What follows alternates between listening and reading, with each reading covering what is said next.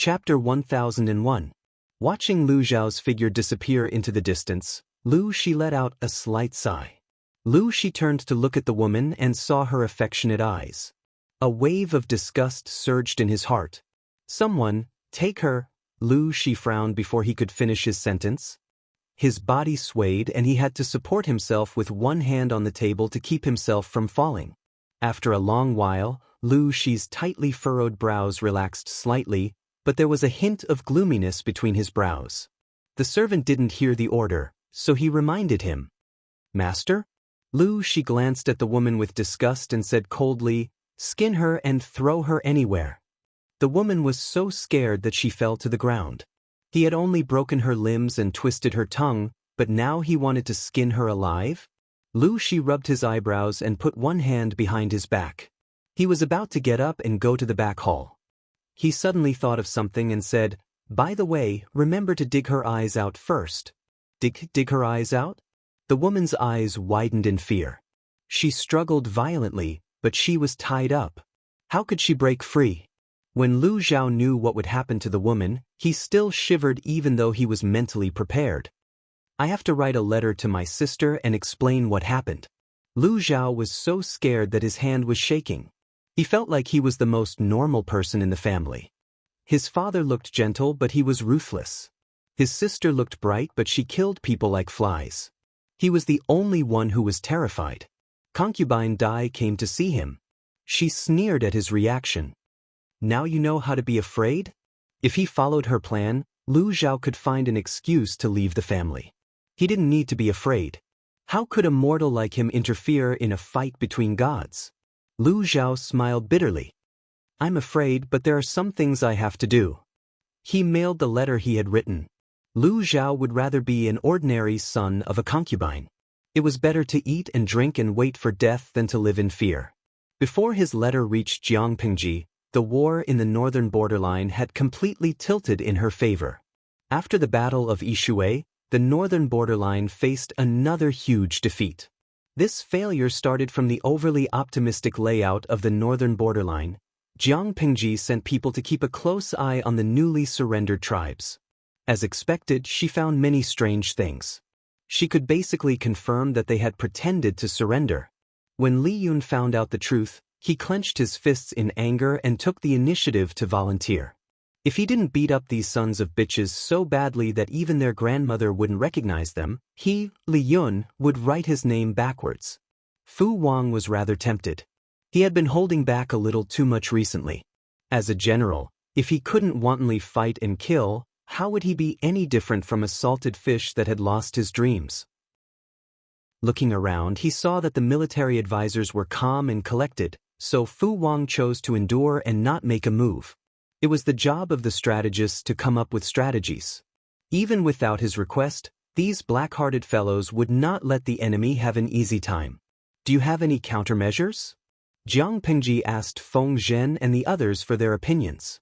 Qiguan Rang suggested, why don't we beat him at his own game? In this situation, it was a good idea to beat them at their own game. The enemy was full of joy when they came to launch a sneak attack, but instead fell into their trap. How wonderful! Feng Zhen frowned and said disapprovingly, if they choose to attack at night, it would be a good idea to beat them at their own game. We can set up an ambush in advance. But what if they choose to daydream? When we were fighting with the northern borderline army, they suddenly stabbed us in the back. The situation was already chaotic. The northern border's cowards who pretended to surrender rose up from the rear. Our main force could not take care of both the front and the rear. Zishir's worries are not without reason. Qiguan Rang thought for a moment and said, the north borderline has launched several night raids, but they have not been able to gain any advantage over our army. Instead, they have been defeated time and time again. After learning these lessons, they will be more careful when they want to launch a night attack. They won't dare to try it easily. If that was the case, they would have to be careful. If they were careless and failed miserably in an easy task, the drop in morale was secondary. What they were afraid of was a counterattack from the northern borderline. If they succeeded in their counterattack, their efforts in the first half of the year would be for naught. When dealing with tough bones like the northern borderline, if they were not crippled in one go, they would not truly be docile. Sun Wen lowered his eyes. He seemed to have thought of something and his lips curled into a cold smile. "My lord, I have a plan that can ensure our safety." Jiang Pingji said, "Tell me in detail." Sun Wen stepped forward and bowed. He said, "Everyone in the tribe is a captive. Naturally, they are part of our army. They should be contributing to our army." None of the people present were stupid. Even if Sun Wen only said half of it, they could guess the other half smoothly. Sun Wen was planning to push the tribes who pretended to surrender to the front line as scapegoats. Jiang Pingji was still streaming at the moment. The audience also participated in the discussion with great enthusiasm. They always had the illusion that they were the counselors of a feudal lord, giving instructions and commanding the country with great vigor. Strawberry yogurt, this is not good.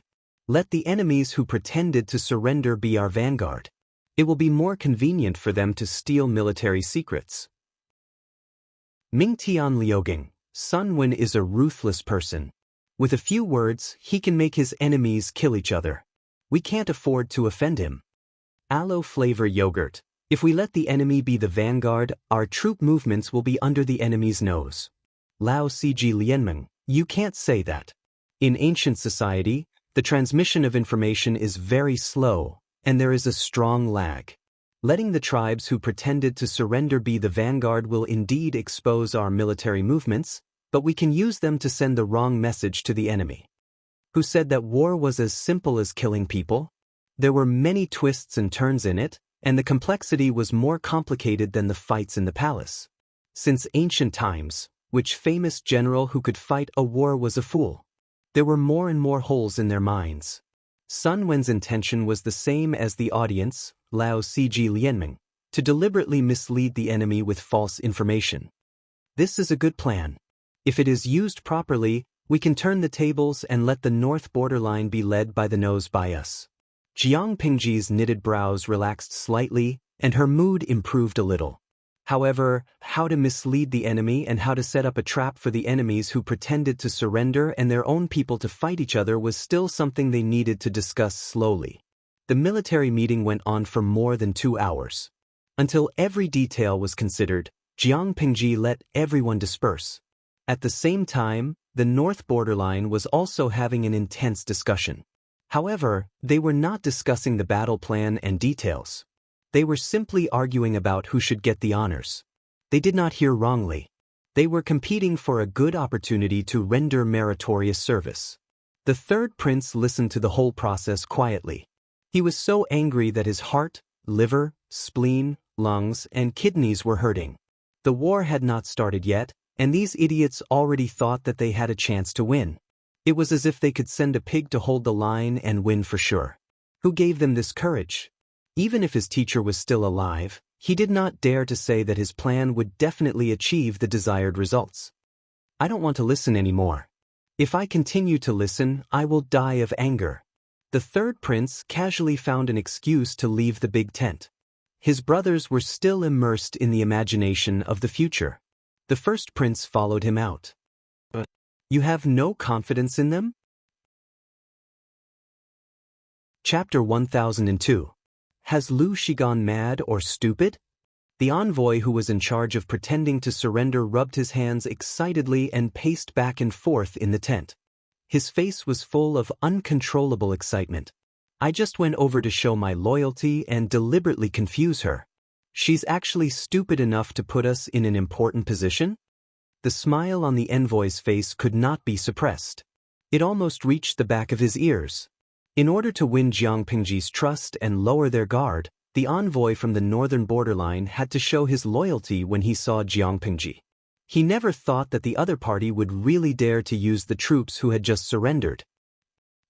Lu Shi even said, "Don't suspect the people you use and don't use the people you doubt." What a joke. The envoy from the northern borderline had a hazy and stern look in his eyes. When he thought of the war and casualties that Jiang Pingji had brought to the northern borderline, he wanted to tear this woman apart and eat her alive. Are the people of the Central Plains so naive? But naivety is naivety. It's convenient for us to go to the front line. For the northern borderline, Jiang Pingji, who had brought them huge casualties, was a devil and executioner who killed without batting an eye. His companion's ears grew calluses from listening to him. He said impatiently, "You've repeated the same words several times. Lu, she might not have good intentions in sending us to the front line. Isn't he just using us to charge and break through the enemy lines for him? We're sacrificing our lives for nothing. If they went to the front line, the enemy would be their people. What was there to be happy about?" The envoy from the northern borderline put on a stern face and showed an expression of exasperation. "You're really stupid. Why can't you think positively? What does it mean for us to be the vanguard? It means that Lu Shi's battle deployment can't be hidden from our eyes. We'll inform the imperial court and work together. No matter what tricks Lu Shi has, he won't be able to escape. As for being used by Jiang Pingji to kill each other, compared to the overall situation, this sacrifice was nothing. A man had to learn to make choices and not be constrained by petty gains." His companion sneered and said, "I don't know about other things, but I know that Lu Shi is a sinister and cunning person. How can he easily trust the enemy who has just surrendered? Maybe there's a trap waiting for a fool like you to jump into it?" The face of the northern borderline tribe emissary darkened. This person was always going against him. The more he looked at him, the more he disliked him. "Mph," he snorted heavily and said darkly, "since that's the case, don't regret it when you make a great contribution in the future." His companion felt extremely aggrieved. He suspected that Jiang Pingji had other plans, but it didn't mean that he didn't want to share the credit. The northern borderline tribe emissary continued. "Besides, we have no choice but to agree to this. I have pledged my loyalty to Lu Shi. Now that he has asked us to go to the front lines, do you think I can find an excuse to refuse? Once he declined, the other party would become suspicious even if he didn't. You don't have to worry too much. If Lu Shi really knew that we were faking our surrender, she would have already sent troops to encircle and annihilate us. Why would she put us in an important position?" When the accomplice heard this, he felt that it made sense. They did not have the initiative in this matter. If Jiang Pingji wanted to scheme against them, they could only take it one step at a time. "We will inform the acting king of the imperial court of this matter and try to reduce casualties." The accomplice was loyal to the northern borderline. When he thought of killing his own people on the battlefield, he felt upset. "Although we have to put on a show for Lu Shi, we can't go overboard." The northern borderline tribe emissary wanted to claim credit, so how could he listen to his words? Not only that, but he also felt that his companion was too timid and soft-hearted. They could only get access to real military secrets if they completely won Lu Shi's trust. If she became suspicious or discovered something, not only would they have to die, but even the people they brought along would have to die with them. If this matter was successful, the benefits would be unimaginable to them. Wealth came from danger. Little did they know that their little tricks were all within Jiang Pingji's expectations. It was still unknown who would emerge victorious.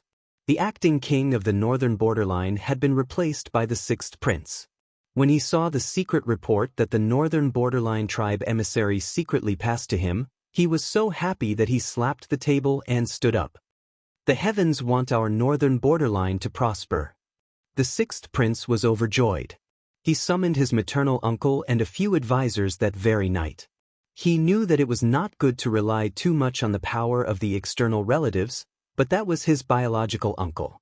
If he could not even trust them, who else in the world was worthy of his trust?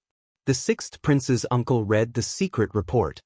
His eagle-like eyes darted around and he asked, "Acting king, is this true?" "The information is true. Of course it is true." The first uncle asked in a low voice, "Has the acting king thought about who to send to put on this show?" The sixth prince was stunned for a moment. He said, "I haven't thought about it yet." The maternal uncle smiled sinisterly and said meaningfully, "Why don't the acting king take this opportunity to clean up the mess?" The sixth prince's eyes darkened. He understood what his maternal uncle was hinting at. This was indeed a good opportunity to eradicate dissidents. Although he had become the acting king with the support of his maternal tribe, his other brothers were not without the ability to resist. If he did not completely suppress his brothers, his position as the acting king would be unstable. The acting king and the king only differed by one word, but the two could not be equated. Uncle, let me think about it again. He could not show too much enthusiasm when dealing with his own brothers. It would make him look so cold and heartless. He said that he would think about it, but he was just being pretentious. The sixth prince targeted the eighth prince. The first and third prince were already useless. The fifth prince was useless. The eighth prince and the seventh prince teamed up to cause trouble. They were the biggest threat. Counting his surviving brothers, the sixth prince did not hesitate to aim the butcher's knife at his own brothers. The society of the northern borderline was like this. There was no brotherhood at all. When the father died, the sons could inherit the wives' and concubines' property. When the brothers died, their wives and children could also be inherited by their brothers. In such a chaotic and unruly society, these princes could not be expected to treat each other with respect. The eighth prince and the seventh prince did not know the plan, but their intuition told them that the sixth prince was up to no good. Isn't he afraid that the other brothers would have too much military power and overthrow him? Why did he agree to the eighth brother's command so readily? Although the seventh prince and the eighth prince were not born of the same mother, they had a good relationship and grew up in the same room. He is now the acting king. The northern borderline is still eyeing us covetously. At this time, we have to work together to overcome the difficulties. The eighth prince smiled and did not seem to take this matter to heart. Instead, he was very open-minded to persuade the seventh prince not to cause trouble. Eighth brother, you treat him as a brother, but he does not treat you as a brother. You're always so kind. Sooner or later, you will be schemed against by the sixth prince. The seventh prince shook his head with a worried look. Chapter 1003. The flags were like clouds, and the drums were like thunder. The strength of the northern borderline was greatly damaged, but a starving camel was still bigger than a horse. Their foundation was still there, and they could still muster up tens of thousands of troops. The two armies faced each other, and the atmosphere was extremely heavy. Jiang Pingji rode on a warhorse, wearing armor. She held a broad-backed long sword in her right hand, and looked like she was ready to strike. Lord, it looks like the northern borderline has indeed been damaged. Feng Zhen rode beside Jiang Pingji. He used his right hand to shield his forehead from the sun, avoiding the overly hot light. The two armies were far apart, and they maintained a safe distance to prevent the enemy from charging without saying a word and catching them off guard. Feng Zhen squinted with difficulty, trying to discern the structure of the enemy's troops. Because of the outdated lighting equipment, most people in the ancient times were short-sighted, especially scholars. Feng Zhen was no exception. Jiang Pingji was different. Her eyesight was very good, and she could clearly see things far away. Although there aren't as many cavalry as we imagined, we can't underestimate them. Even if there were only 10% of the cavalry, it was still more than 10,000 cavalry. If they charged together, the impact would be huge. Jiang Pingji tilted her head and glanced at Feng Zhen, whose clothes were puffed up by the wind. She said angrily, Zisher should stay at the back to hold the line. I can't take care of you here. If you get hurt or captured, no one will feel sorry for you. Feng Zhen only knew some martial arts. Calling him a weakling was already a compliment, and he still wanted to run to the front line to face the cavalry charge of the northern borderline? She was cold and heartless, and the livestream viewers felt sorry for him every day. Game, streamer, I think Feng Tian really loves you. You criticize him every day, but he doesn't leave you. Kong Dandan, that's impossible. Feng Tian only likes mature women with voluptuous breasts. Don't you think the streamer looks like a woman? Mei and Yang, upstairs, you're making trouble. Although the streamer is quite manly, she has voluptuous breasts too. You're criticizing two people. The viewers on the red bullet screen laughed and laughed, but the viewers on the blue bullet screen didn't understand what they were so happy about. It couldn't be helped. They joined too late, so they didn't know that Feng Zhen really loved the joke of an older sister disliking a lowly. Feng Zhen didn't get angry even though he was rebuked. Instead, he thickened his skin and went along with the flow. He laughed and said, My lord, you're wrong. If something really happened to me, the children at home would definitely cry. How could you say that no one would feel sorry for them? Jiang Pingji didn't have time to deal with Feng Zhen.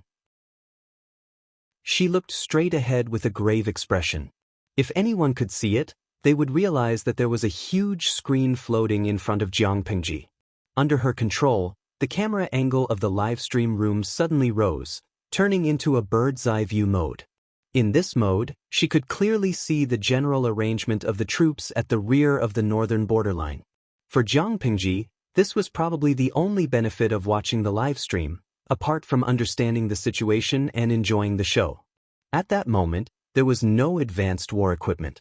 Jiang Pingji had an advantage in the field of high altitude, which meant that she had a powerful trump card.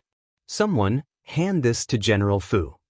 Jiang Pingji drew a simple picture of what she had memorized and sent it to Fu Wang. Although Jiang Pingji was the lord, the real commander-in-chief was someone else. As for her, how could one enjoy themselves on the battlefield without fighting? The sound of the drums was like thunder, resounding through the sky. The morale of the troops rose steadily. Even the viewers in the livestream room who were watching the livestream were affected and became hot-blooded. Tangmen Shengling Kai, the streamer must have been stifled recently. I can finally go out and have fun. Fuxing Ruozai, my heart aches for the streamer's subordinates. It's exhausting to have such a lord. Gui Kai Guofengxiu, to be honest, I don't recommend that the streamer go out and have fun. It's too dangerous. Seriously, this seems to be the first time that the streamer has confronted the two armies of the northern borderline and faced them head-on. The cavalry's mobility is too strong, and their charge is fierce. The streamer is playing with her life. Xiao Wangxing, the streamer has fought a few battles with the northern borderline. How can you say that this is the first time? Lao Cg Lianmeng, previously, it was either an ambush or a trick. There was more or less an element of trickery, so it can't be considered a head-on confrontation. It's different now. The two armies are facing each other. The streamer's side has to face the charge of more than 10,000 cavalry from the northern borderline. The meaning is different. The northern borderline is famous for their cavalry. They are the mighty army that roams the grasslands. Previously, they were separated by the Yi River. Later, when the man-made flood broke out, the cavalry of the northern borderline could not display their advantage at all. At this moment, the terrain is flat. It's very suitable for the cavalry of the northern borderline to charge. How can the combat index be the same? The current battlefield is more dangerous than before. As the lord, Jiang Pingji still wants to go to war. It's no wonder that the audience feels so sorry for Jiang Pingji's subordinates. Jiang Pingji wore a faint smile on her face. She naturally understood what the audience could understand. However, the audience did not understand ancient wars after all. They did not know that their worries were unnecessary. Jiang Pingji is going to war, but it doesn't mean that she must be at the forefront. Most of the general's duties are to command and dispatch, not to kill the enemy. When the two armies are in a complete melee, the generals will only lead the troops to fight the enemy. If the main general is to charge and break through the enemy's first wave of firepower, no matter how many main generals there are, it will not be enough to kill them. Compared to Jiang Pingji's orderly side, the northern borderline is somewhat disharmonious. Everyone has their own ulterior motives. The 8th prince is dressed in a red military uniform. He is majestically riding on a horse. Beside him is the deputy general, the 7th prince, who is also dressed in an orange-yellow military uniform. What's the matter with the 6th prince? The 7th prince has a bad temper. He can't contain his anger. Is he a pig? There are not so many rules in war in the northern borderline. If they want to fight, they fight. If they want to retreat, they retreat. Even if they want to launch a sneak attack, it is straightforward. His suggestion is to take the lead and attack before Jiang Pingji's army completely sets up their formation. More than 10,000 cavalrymen charge together. The enemy is not prepared. It is not a problem to launch a sneak attack. In the end, I don't know the 6th prince's temper. He insists on fighting with the other party. Fight my ass. The 8th prince has a faint smile on his face. However, Those who are familiar with him know that his smile is slightly forced. In front of the two armies, at least leave the sixth prince some face. If this gets out, this will be the sixth prince's leverage to make things difficult for you. Fighting with the generals is not common. At least there is no such custom in the northern borderline. It is the habit of the northern borderline to start fighting without saying anything. Why would they give advance notice? I'm so angry. The seventh prince suppressed his temper. Under the scorching sun above his head, his whole body was filled with anger. Unknowingly, the sixth prince also has his own considerations. The Han men of the Central Plains are much weaker than the men of the northern borderline. They are petite and weak. The men of the northern borderline grew up on horseback. Their horsemanship is superb. If they can regain their momentum in the general's battle, wouldn't it be wonderful? The sixth prince is right. The northern borderline's horse battle is indeed tyrannical. However, the premise of victory is that they do not encounter Jiang Pengji. I don't kill nameless people. Tell me your name. Chapter 1004. The northern borderline general's long hair was braided into countless small braids at the back of his head. He had a full beard that covered most of his face. His right ear was pierced 3 times. 3 earrings made of human bones hung from each hole. He held a heavy long axe in his hand. His voice was like a large bell. It could be heard from afar. The northern borderline general stared at the person who stepped out of the line. He frowned. The men of the Central Plains are all useless. Why did they send a sissy man like you? The northern borderline general sneered disdainfully. You're as thin as firewood. Your legs aren't even as thick as my arms. Look at you. I'm afraid you can't even satisfy your wife. Your legs will go weak after 1 round on the Kong bed, right? Pa. If you can't satisfy her, I'll help you. The northern borderline general said obscenities, but his eyes did not change. Obviously, his words were just to disturb the enemy's mood. The greater the emotional fluctuation, the easier it was to reveal flaws. Jiang Pengji rode Little White forward slowly. She stopped more than 100 meters away from the other party. She wore a silver armor that day. The armor was thick and heavy. Her cleavage had long been tied up, so the rise and fall of her womanly figure could not be seen. Although she was a woman, she was already 175 meters tall. This height was enough to make her look superior to most men. Jiang Pengji looked rather handsome and strong. The men of the Central Plains were fashionable with hairpin flowers and incense. She looked sissy.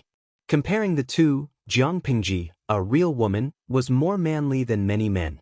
The people of the northern borderline had never seen her before. She also did not engrave her name on her face. Who would know that she was the leader of the 150,000 troops behind her? She was the real lord. Jiang Pengji lowered her voice and said seriously, "What does it have to do with you whether I can satisfy a woman or not? I only want to satisfy the man at home. Look at how ugly you are. I'm afraid you're so ugly that you can't even find a wife. Why don't you consider finding a male partner? Anyway, with your appearance, having a child will be a scourge to future generations. It's better to have fun in time. At least you're not alone." Jiang Pengji was really a man, driving a train in front of more than 300,000 people from the two armies. Because they were far away, the army behind them did not know what they said, but the audience in the streaming room knew. For a moment, the entire screen was filled with praises for Jiang Pengji. Fix all high-definition loopholes. That's amazing. My streamer, when did you sleep with Beauty CI? Oh, Christmas Day. Sob, I've been cuckolded by both my idol and my goddess. It's so sad. Jing Xianxia, Beauty CI wants to beat someone up after hearing this. I bet that the streamer hasn't eaten anyone yet. When the northern borderline general heard this, he immediately revealed a disgusted expression. But, you're actually a rabbit. Tell me your name, I'm going to chop your bones and feed them to the dogs. He had long heard that the men of the Central Plains were very popular, but he did not expect to meet a young general of the Central Plains who was also a man. Uncle Rabbit? Did Lord Rabbit eat your rice? She teased him with a smile. Her casual attitude made him so angry that he felt as if he had been born into the world. She said, "Speaking of which, you have a strange habit. Every time you kill someone, you always ask for their name before you do it? I'm different. You don't have to tell me your name. I've killed too many people. I'm too lazy to remember. What did it mean by, the blade does not behead the nameless? It meant that he would not kill if he did not tell her his name. Just imagine when two armies were at war and there was chaos, he would yell at a person and ask him what his name was. The scene was quite beautiful. The northern borderline general intended to disturb Jiang Pingji's mood, but he did not expect to be angered by her instead. Little brat, give me your life. Since he could not win in words, he would fight. He held his long axe and clamped his legs on the horse's belly. He took the lead in attacking Jiang Pingji. The edge of the long axe drew a white light in the air, like a snow-white lightning bolt, and struck toward Jiang Pingji. The warhorse under him was encouraged by its owner, and its movements were steady and agile. The warhorse of the northern borderline had a good bloodline. Even if the owner on its back was extremely heavy, its movements were not slow. Little White was not willing to fall behind a horse. It had the advantages of the northern borderline warhorse and the Fergana horse of Shalon. Whether it was endurance or explosive power, it was one of the best. Except for White, it had never been afraid of any warhorse. Jiang Pingji smiled and said, "Little White, take it easy." Compared to Little White's high fighting spirit as the owner, she was a little lazy, as if the horse was free to do whatever it wanted. Seeing this, the northern borderline general's anger rose high. How could this slender Central Plains rookie look down on him so much? Anger rose in his heart, and the strength in his hands increased. Clang! The axe and the big knife collided, making a harsh sound. He thought he could use his great strength to knock Jiang Pingji off the horse, but he did not expect that she was not a normal person at all. Little White, who was under him, felt the strength on his back increase. He roared loudly, and 2 streams of hot air came out of his nostrils. Jiang Pingji smiled and said, "Aya, such a weak strength, not to mention women, I'm afraid even men will despise it." Jiang Pingji admitted that she was the second most despicable person in a war, but who dared to admit that they were the first? Don't be arrogant. The axe went down, and the stronger and heavier force made his heart sink. Even the web between his thumb and index finger was numb. Jiang Pingji steered Little White to take a step back, and the northern borderline general took the opportunity to catch up. Although the long axe in his hand was cumbersome, weighing at least 30 to 40 kilograms, it was as light as a feather in his hand. If it was in the past, who would dare to fight him head-on? Even if the person could withstand the axe, the war horse under him would not be able to. Jiang Pingji was still at ease. The two kept fighting, and it seemed that they were equally matched.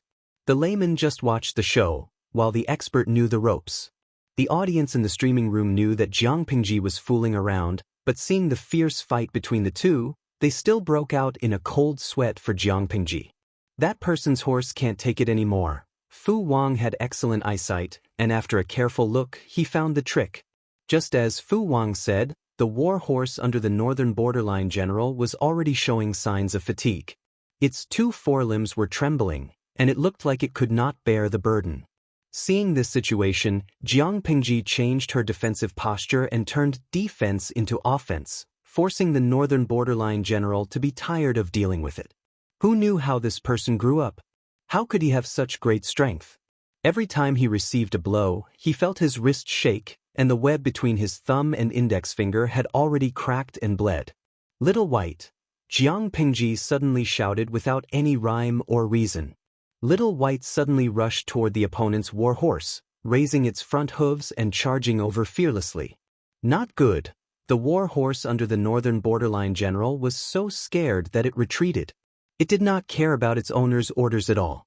Little White took advantage of the situation and rammed into the opponent, causing him and his horse to tilt to the side.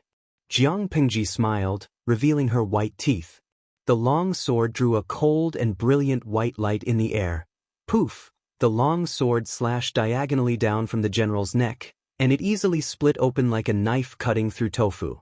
The war horse under it lost control and fell to the side, whining. The 2 halves of the corpse fell to the ground, making a dull sound.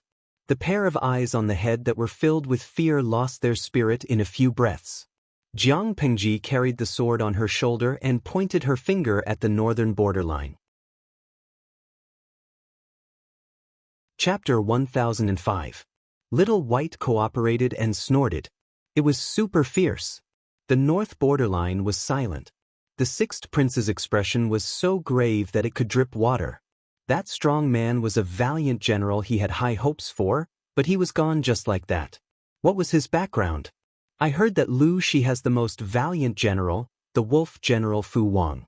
Could it be him? Fu Wang was not well known under Jiang Pengji's command. After all, he had been training the troops for the past few years. However, he often acted recklessly when he was under Fu Yang and Meng Zhan. That was when his reputation was built. The north borderline advocated military force. With Fu Wang's background, he was naturally valued. He was raised by wolves. In the north borderline, he was a symbol of luck and bravery. He was an idol sought after by many. I don't think so. I heard that Fu Wang is commanding the 3 armies. Why would he easily fight with others? After thinking about it, it seemed that the only person who fit the criteria was Li Yun. Although Li Yun was young, he had fought many battles with Jiang Pengji. He gradually gained the nickname Little White Dragon. Of course, Li Yun rejected the nickname. So be it, White Dragon. Why add the word small? Who gave him the nickname? Could it be Little White Dragon Li Yun? Doesn't look like it. Li Yun is good with the spear. It's said that his skill with it is superb. This person's age fits and he looks like him. But I've never heard of Li Yun using a sword. Could it be that Lu Shi has subdued another valiant general? At this point, he could not help but feel jealous. The battlefield was an ever-changing place. Usually, people would bring out their best weapons. If they died under the enemy's blade because their weapon was not convenient to use, it would be a terrible death. Damn it. Lu Shi is just a woman. How can she attract the help of so many heroes? The sixth prince was envious. The jealousy in his heart almost drowned him. He said sourly, could it be because she is an outstanding beauty? The deputy beside him secretly rolled his eyes. Only a fool would think that people sided with Jiang Pengji because of her beauty. Jiang Pengji's reputation was well known. There were many things said about her, but no one said that she was beautiful. What did that mean? It meant that her appearance was not worthy of praise or bragging. The sixth prince did not know what was going on in the deputy general's mind. He said, which brave warrior is willing to eradicate the traitors for the northern borderline? As soon as he finished speaking, the sound of horse hooves came from the crowd. A young northern borderline general dismounted his horse and volunteered. I am willing to go. The sixth prince looked at the young general's face and was unhappy. This young general was his wife's younger brother, his brother-in-law. Blades and swords had no eyes on the battlefield, and the death rate of a general was extremely high. His brother-in-law was young and impetuous. What if he lost his life because of carelessness? Even the old general had suffered a setback, let alone his brother-in-law. Just as he was about to refuse, the other party volunteered again, and the sixth prince could only agree. Be careful of the enemy's tricks and return safely, the sixth prince urged politely. After the young general thanked him, he picked up his weapon and mounted his horse. Young people, especially young people who have not experienced real setbacks, often have dreams that are far from reality. Seeing that Jiang Pengji, who was younger than him, had beheaded an old general on his side, he was indignant. He couldn't wait to rush out and fight to his heart's content. He boasted as soon as he appeared. I'm Haki, the one who's about to cut off your head. What's your name? Tell me your name. Jiang Pengji didn't say anything. The audience in the streaming room said what she wanted to say. Kakara, Aya, this is probably the funniest joke I've heard this year. Wuxia Yao Yao, ha, this fellow is going to be a trending topic on Weibo. He's going to become an internet celebrity in minutes. With the popularity of the streaming room in their world, this young man named Haki would definitely be a trending topic in seconds. Jiang Pengji smiled. Me? I call you Grandpa. Haki was stunned for a moment. His face turned from red to green. How dare you make fun of me? After he finished speaking, he carried his weapon and charged forward. Seeing this, Jiang Pengji couldn't help but laugh even more happily. Is there no one else in the northern borderline? They actually sent you out to embarrass yourself. The sound of weapons clashing was deafening. Jiang Pingji deftly dealt with it while provoking the other party's emotions. They started fighting without even saying a few words. His temperament and willpower were very poor. Even if he had a body full of martial arts, it would be difficult for him to survive on the battlefield for long. If he met someone else, he might be able to go back and correct himself. If he met Jiang Pingji, he could only go to hell to prepare to be reincarnated and sent back to the furnace to be reborn. Haki was furious. His attacks became heavier and heavier. Soon, cracks appeared on their weapons, and sparks flew everywhere. Die. He seized the opportunity and made his move. He thought he could hit his target with one strike, but the other party seemed to have predicted it and quickly blocked his attack. Regardless of strength or combat experience, Haki was incomparable to the previous veteran. Jiang Pingji didn't even bother to brush him off. After a while, Haki was at a disadvantage. His arms were heavy and swollen. He saw that the situation was not good. He made a feint and immediately turned his horse around to escape while Jiang Pingji was dodging. Little did he know that Jiang Pingji had already seen through his plan.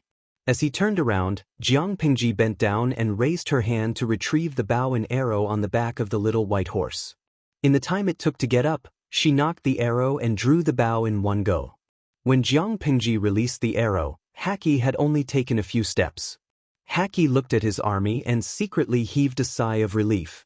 Before he could let out this sigh of relief, a cold wind hit his back. No, the sixth prince didn't see Jiang Pingji's action. Or rather, he couldn't react at all.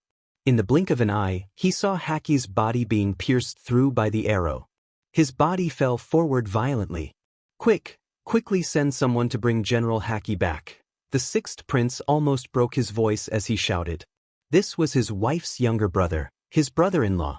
It wasn't that he had a good relationship with this brother-in-law. It was just that the sixth prince needed the power of his wife's family. If Haki died on the battlefield, the sixth prince could foresee the trouble he would face. His wife's noise was secondary. He was afraid that his father-in-law would put the blame on his head and no longer support him. The sixth prince roared anxiously. Immediately, someone rode out and brought Haki's body back. Yes, Sabati. No one in the world knew the structure of the human body better than her. No one knew better than her where life could be taken. This was a battlefield. The enemy standing in front of her had to die. When Haki was brought back, his body was still warm, but the gaping hole in his body couldn't be plugged. Haki. The sixth prince hurriedly got off the carriage, but Haki's pupils were already unfocused. He was no longer breathing. Seeing this, the sixth prince felt as if he had been hit hard with a sledgehammer. He stood rooted to the ground, stunned. He's gone? The sixth prince's heart rose and fell violently. His mind was in a mess. Haki was dead. Someone had to take responsibility for this. A stern look flashed in his eyes. He shouted, Abalu. The general who had been called stepped forward. Here. Kill that man. Abalu was stunned. He couldn't even defeat the first veteran general who fought generals. How could he kill the enemy's general? Wasn't he courting death by going up to fight? Chapter 1006. TSK? Another one is here to die. If you die too, won't the morale of the north borderline collapse? Jiang Pingji carried the blood-stained knife on her shoulder and sneered at Abalu, who was spurring his horse forward. Abalu pursed his lips tightly. He was burly and fat, and his temper was like a block of wood. He could not utter a word for a long time. His temperament was a little dull, but his psychological quality on the battlefield was higher than that of the average person because they were less affected by trash talk. Cut the crap. Let's fight. Abalu said this and fought as soon as he said so. He knew that he was no match for Jiang Pingji, but he still had a glimmer of hope in his heart. Jiang Pingji had already fought with two people. They had exchanged more than 100 blows back and forth. She must have exhausted a lot of energy. If he took advantage of this, he might be able to win. Even if he could not win, he could retreat unscathed if he was careful. However, his wishful thinking collapsed very quickly. When he fought with Jiang Pingji for the first time, a huge force that was as heavy as a mountain almost knocked him off his horse. The war horse he was riding on even neighed strenuously. Abalu knew that the first two people did not die unjustly. When strangers saw Jiang Pingji, they would subconsciously think that she walked the path of agility and did not have much strength. Ordinary people always thought that strength was related to size. The bigger the size, the greater the strength. Abalu was extremely heavy, so naturally his strength was great. Although he was not the strongest person in the north borderline, he could be ranked in the top 10. He never expected that the young man in front of him would not walk the normal path. Only after fighting with him did he know how terrifying his strength was. Abalu subconsciously thought that Jiang Pingji did not have enough strength and suffered a small loss in the first encounter. He groaned, adjusted himself, and faced the attack again. At the same time, find the person with the best archery skills and kill that fellow. The sixth prince looked coldly at the two people fighting on the battlefield. He knew that Abalu's chances were slim, but he still let Abalu go. It was just to let Abalu attract Jiang Pingji's attention and then send someone to assassinate Jiang Pingji in the dark. His father-in-law only had 2 sons. The eldest son was dead. Not only was Haki his father-in-law's only son, but he was also his father-in-law's only son. His father-in-law would definitely blame this on him. He might even turn around and support another brother to replace him as the acting king. In order to avoid this possibility, the sixth prince could only use the murderer's head to appease his anger. Sneak attack? Despicable? The northern borderline isn't like the inflexible Hans of the Central Plains. They don't have to pay attention to so many rules when fighting a war. Victory was everything. Who would look into the methods used in the process? In addition, the sixth prince had his own considerations. They had already lost 2 generals in the Battle of Generals, and their morale had dropped by more than half. They had to think of a way to recover. The northern borderline was not only good at horsemanship, but they were also very good at archery. Almost every citizen of the northern borderline grew up on the back of a horse, and they were top-notch in riding and archery. Sneak an arrow or something? No problem at all. Abalu was completely unaware that he had become a sacrificial victim to lure the enemy. He was trying his best to fight Jiang Pingji and was soon out of breath. The sun was shining brightly, and Abalu's body was covered in sweat. Soon, his hair and the clothes under his armor were drenched. The more it was like this, the more terrified Abalu was. Because not only was the brat in front of him breathing steadily, he didn't even sweat much after fighting for so long. This meant that the other party had not used his full strength and had been toying with him from the beginning to the end. Realizing this, Abalu knew that there was no need for him to continue fighting.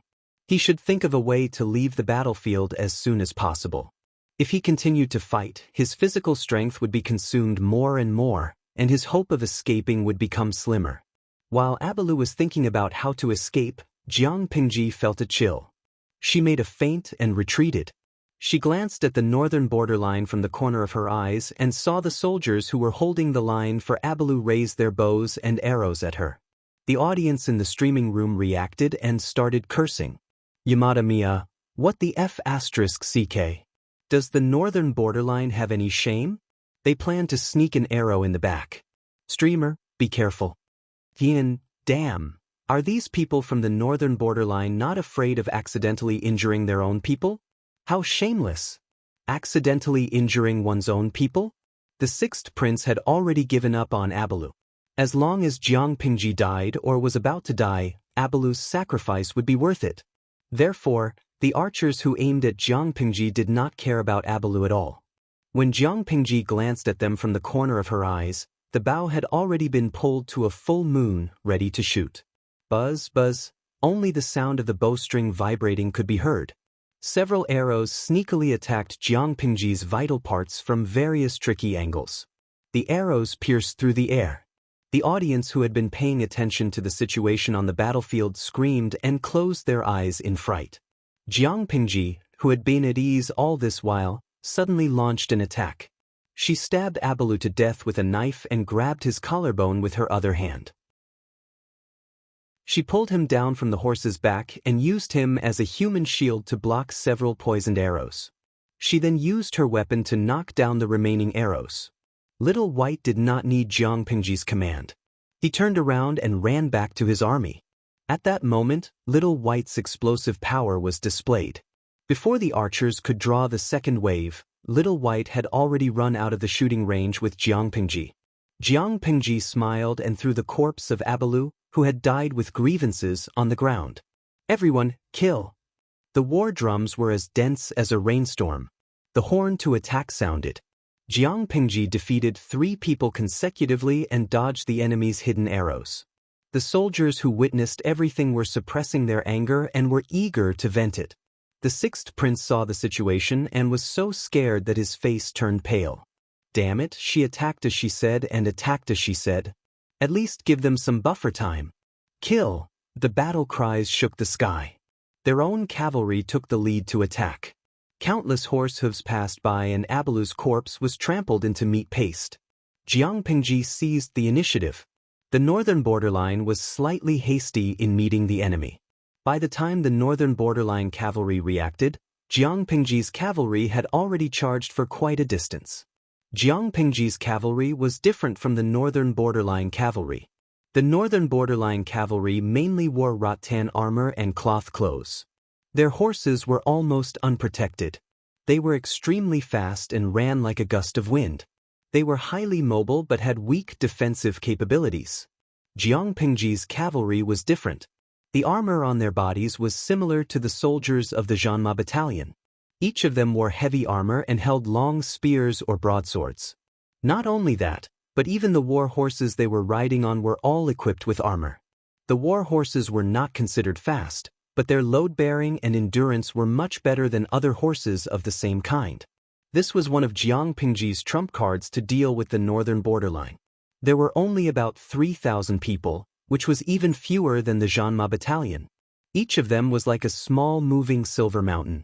If the northern borderline cavalry was said to be the wind that roamed and fought, this cavalry troop was a heavy hammer that faced them head-on.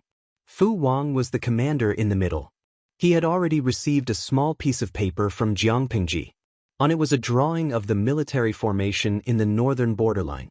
After Fu Wang looked at it carefully, he had an idea. Chapter 1007. Bah! This scriptwriter is sick in the head. He made up stories about Her Majesty. I really want to rush into the TV and beat him up. A young and pretty girl hugged a bag of chips, lying on the bed and watching a TV series on her phone.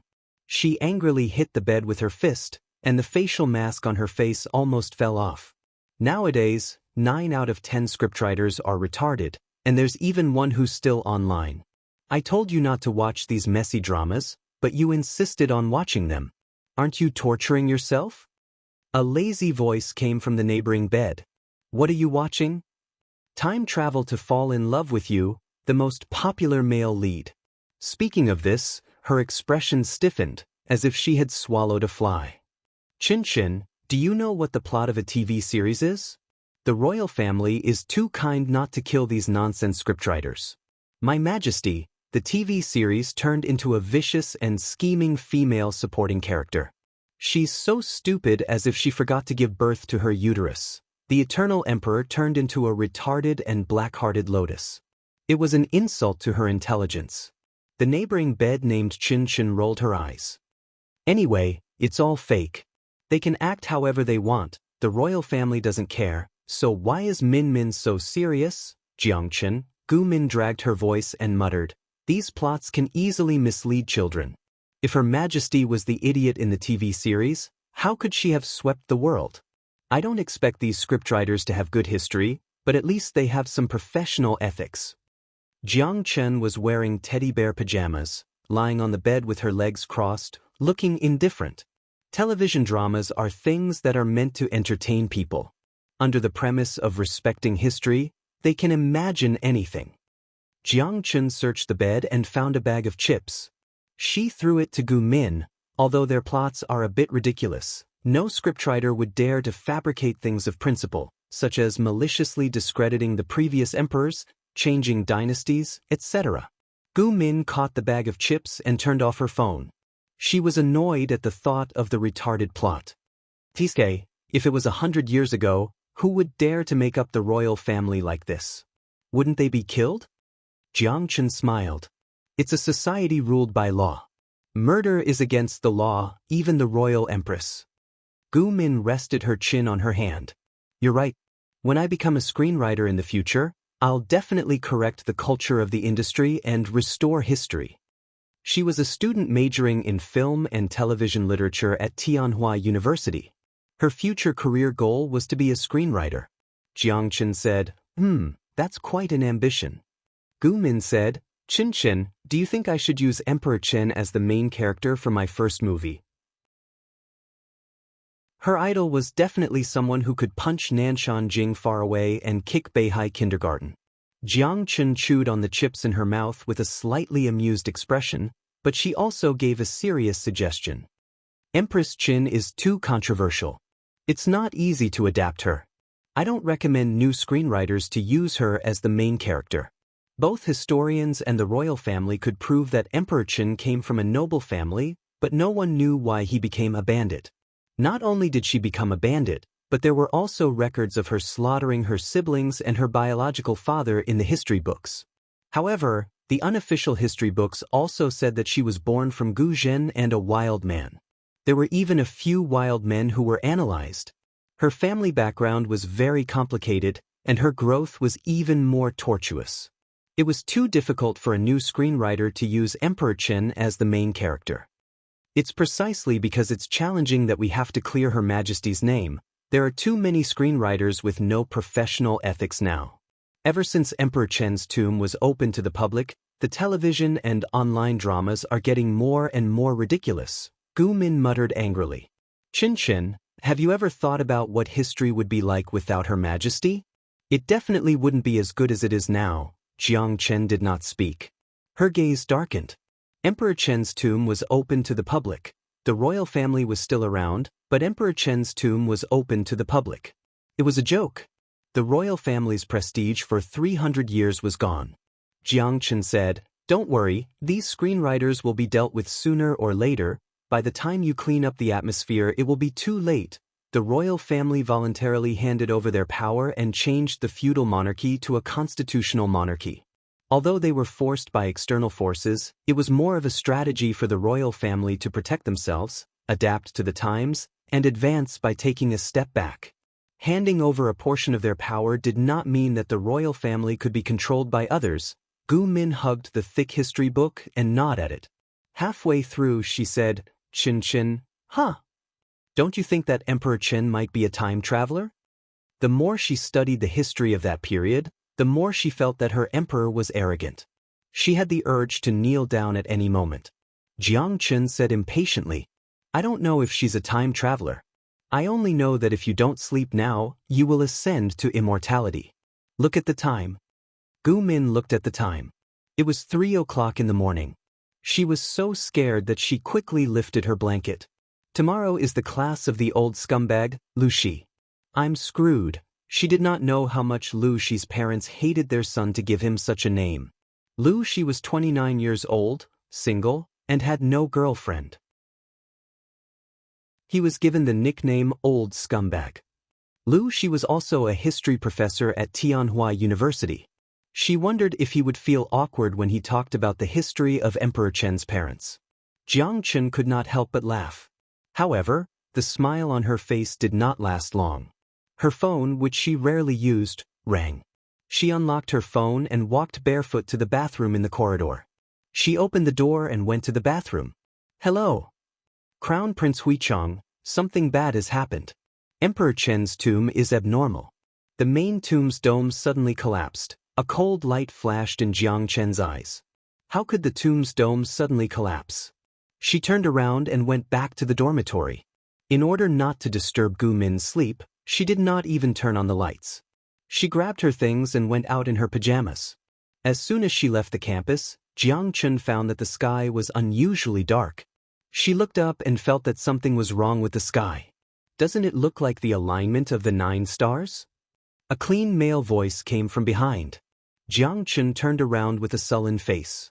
A tall man in a suit walked out of the shadows. Professor Lu Shi. Lu Shi adjusted the gold-rimmed glasses on the bridge of his nose. His eyes were calm, as if he was not surprised by Jiang Chen's appearance in her pajamas. The alignment of the 9 stars is a rare sight, Lu Shi said. But it happened once more than 300 years ago. The professor is waiting for someone here? Jiang Chen calculated the time and wanted to send Lu Shi away. No, I'm waiting for you. Jiang Chen did not show it on her face, but she frowned in her heart. I don't seem to know the professor. It doesn't matter if you know him or not. I just want to give you something. If it was any other time, Jiang Chen would have thought that he was interested in her. But in the current situation, she only felt that it was dangerous. What is it? Lu Shi took out something from his pocket and handed it to Jiang Chen. It's returned to its owner. Jiang Chen was surprised. She took the thing and could barely recognize that it was a yin-yang fish jade pendant. Lu Shi's body heat still lingered on it. Returned to its owner? It's not mine. Jiang Chen wanted to return the jade pendant, but Lu Shi looked up at the sky and smiled. The 9 stars are aligned. What? The alignment of the 9 stars didn't last long, and soon they were separated. At that moment, Jiang Chen's phone rang again. It was the ringtone she had set for Gu Min's phone. Qinchin, where are you? Gu Min's voice sounded extremely panicked. I'm at the campus gate. Don't move. Qinchin, don't move. I'll go find you. Also, don't go with Lu Shi. A hint of surprise flashed across Jiang Chen's eyes. Gu Min should be sleeping in the dormitory. How did she know that Lu Shi was there? Not long after, Gu Min stopped her bicycle in front of the two of them. The sudden braking made a sharp sound. She was still in her pajamas. Nothing had changed, but Jiang Chen somehow felt that her aura was much stronger. Slept. Under Jiang Chen's shocked gaze, she took a few steps forward and slapped Lu Shi across the face. The force was so strong that half of Lu Shi's face became red and swollen. Jiang Chen was speechless. What development? Gu Min glanced at Jiang Chen and saw the jade pendant in her hand. She quickly snatched it and threw it at Lu Shi's face. Lu Shi! She cursed. F***CKU. Min? Lu Shi didn't get angry. Instead, he laughed as if he wasn't the one who had been slapped. Are you still human? Gu Min was so angry that the veins on her forehead were bulging. Her expression was a bit ferocious. Why did you give this stupid jade pendant to Qinchin? Why did you trick her into bringing it to the tomb? What are you scheming in your stomach? Tell me. Don't play dumb. Lu Shi smiled bitterly. If I said that I didn't do anything, would you believe me? Tell that to a ghost. Gu Min said angrily. If I believe you again, I'll write my name backwards. Jiang Chen watched the situation unfold. Her brain couldn't wrap itself around it. When did Min Min become so close to Professor Lu Shi? Those things? I really didn't do them, Gu Min laughed. What nonsense are you trying to lie to me now? Can you listen to my explanation? It'll only take about 3 minutes. Okay, kneel and explain. As usual, prepare your own washing board. After Gu Min finished speaking, she took a deep breath and turned to look at Jiang Chen. She thought that she had forgotten her roommate's face after traveling through time for almost 30 years. When she woke up from the nightmare, she found that she remembered clearly. She even remembered every detail of the stupid dramas she had complained about with her roommate before she traveled through time. Qinchin, let me deal with this scumbag first. I'll beat him to death. Jiang Chen frowned. What did he do to you? Gu Min said, he's worse than I am. Seeing the strange atmosphere between the two, Jiang Chen was worried, but she trusted Gu Min. Although Gu Min was slender, she was very good at fighting. If you can't handle it, remember to call me.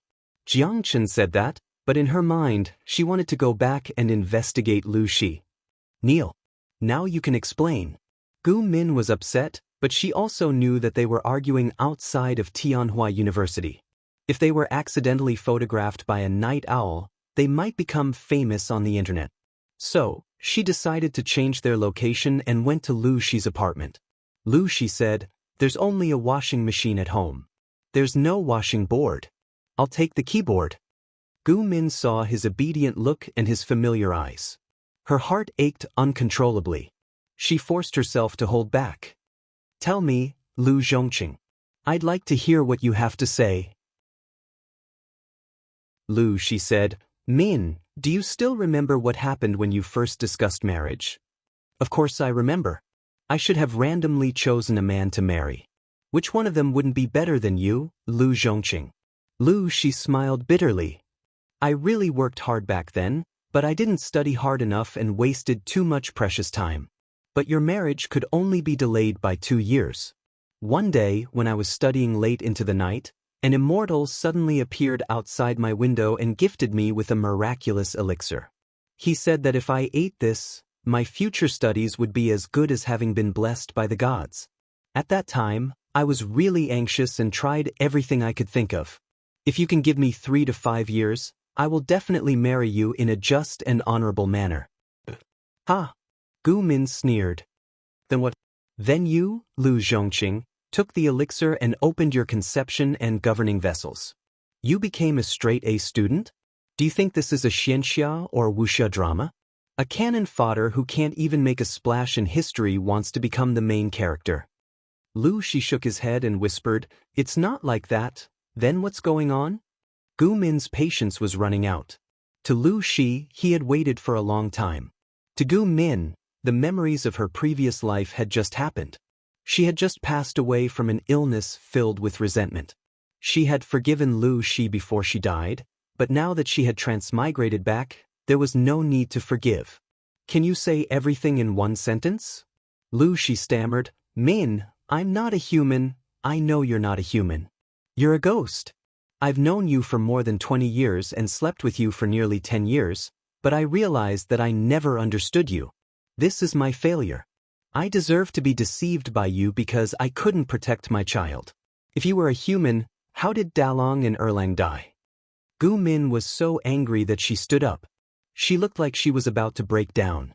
Her youthful face lost its restraint. She grabbed Lu Shi's suit fiercely. Her face was full of tears, and she sobbed in a low voice, "Lu Zhongqing, I still want to believe you now, but I was blinded by greed."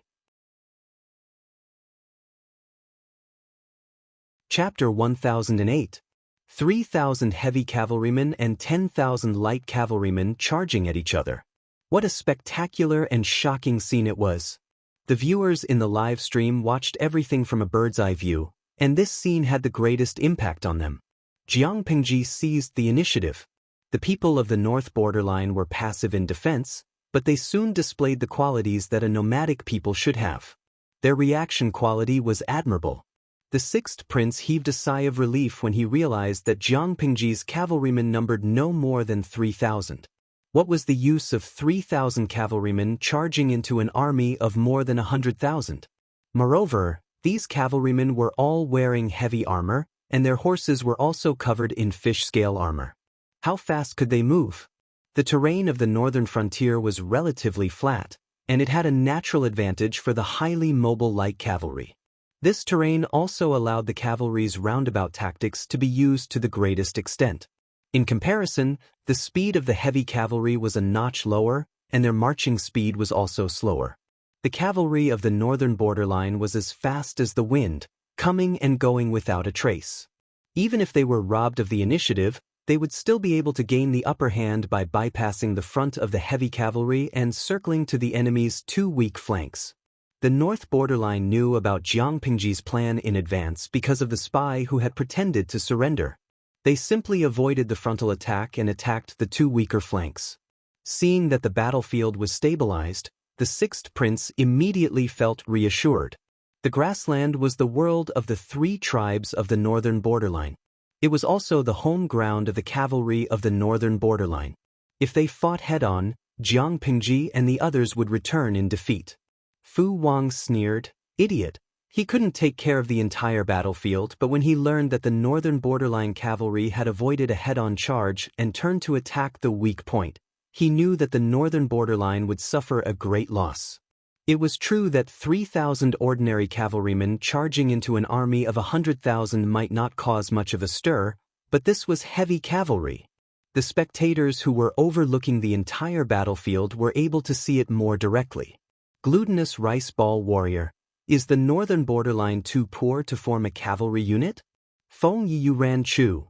#Picknose. Isn't the northern borderline a poor countryside? Can't you see that their cavalry is basically made of rattan armor?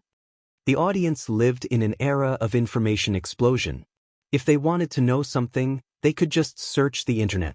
Ever since they knew that Jiang Pingji was going to fight with the northern borderline, many viewers had looked up the relevant history. Light cavalry had the advantages of light cavalry, speed and mobility. Heavy cavalry lost their advantage in speed, but their destructive power increased.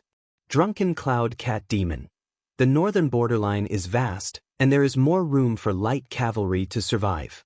The cost of forming heavy cavalry is too high. Of course, they wouldn't choose heavy cavalry that would cost a lot of effort. It wasn't that they were ignorant, it was just that the northern borderline didn't have the soil for the development of heavy cavalry. They only remembered the speed of the light cavalry, but they did not know the cutting formation and destructive power of the heavy cavalry. Gui Kai Guofeng Shao. Tisk, Tieske? I feel sorry for the northern borderline. Letting the light cavalry make full use of their mobility to launch a sneak attack on the two flanks of the streamer's army is a good command, but they exposed their own army to the heavy cavalry's attack. To be honest, this is not the way to die. Lao Cg Lianmeng. I remember that the warhorses that the host chose for the heavy cavalry camp are all heavy horses. They weigh between 700 to 1,200 kilograms and are taller than adult men. A warhorse weighed at least 700 kilograms, and an adult man weighed at least 70 kilograms. The armor, weapons, and miscellaneous items on his body weighed 30 kilograms. Think about it. More than 3,000 items weighing as much as 800 kilograms collided head-on. They didn't just move one or two, but more than 3,000 of them charged together. The northern borderline only cared about the small number of Jiang Pingji's cavalry and that they couldn't do anything. They forgot the terrifying destructive power of the heavy cavalry. The cavalry of the northern borderline attacked one step slower than the enemy, but they took the initiative to fight with the two flanks of Jiang Pingji's army. The left wing of the army was led by Li Yun. He had been waiting there for a long time. The soldiers of the horse-chopping battalion were already in a battle formation. The spears that were specially prepared for the cavalry of the northern borderline had also been prepared. They were set up in rows. The spears were 2 feet in diameter, with cross-shaped holes. They were checked vertically and horizontally. They were long and sharp at the end. Men and horses couldn't gallop. This was a barrier used to stop the cavalry of the northern borderline from charging. The soldiers could also use it to form a horse formation to greatly limit the cavalry's charge. Raise your shields. First row. First row, retreat. Second row, follow up. Li Yun shouted. Immediately, specialized soldiers raised the correct battle flag and gave the command. The cavalry of the northern borderline had a large number of people. Their reflexes were extremely fast. When the first batch of soldiers were pierced by the spears, the cavalry behind immediately circled around and attacked in a roundabout way. Li Yun commanded the soldiers to move the spears, exhausting the elite troops of the northern borderline as much as possible. When the line of defense was broken, the soldiers of the horse-chopping battalion put up their shields and formed a formation to resist the cavalry's charge. The soldiers behind then stabbed the enemy with their spears. The cavalry of the northern borderline could not break the left wing's defense line in a short time. Instead, they suffered heavy losses. Damn it. Did this look like a weak defense? In contrast, the battlefield on the right wing was different. The cavalry of the northern borderline acted as if there was no one there. They killed each other. However, as they killed and killed, the 8th prince, who was commanding the battlefield on the right wing, realized that something was wrong. Why were the enemies they were fighting with all the deep-faced barbarians of the northern borderline? He immediately thought of the tribes that had pretended to surrender to Jiang Pingji. He was shocked. However, there was no time for him to think in a place like the battlefield. The cavalry of the northern borderline reacted too quickly. When the 8th prince realized that something was wrong, the troops of the northern borderline who had pretended to surrender to the right wing's front line were mostly dead. She deliberately relaxed the right wing's defense line. Wasn't it to let the northern borderline shoot themselves in the foot? Scheming against her? When she, Jiang Pingji, dominated the interstellar battlefield, the fathers of these young boys were still little tadpoles. All troops, listen to my command. When Jiang Pingji saw that it was about time, the real bugle horn sounded. In an instant, it aroused the soldiers' fighting spirit. At the same time, more than 3,000 heavy cavalry had already rushed into the army of the northern borderline.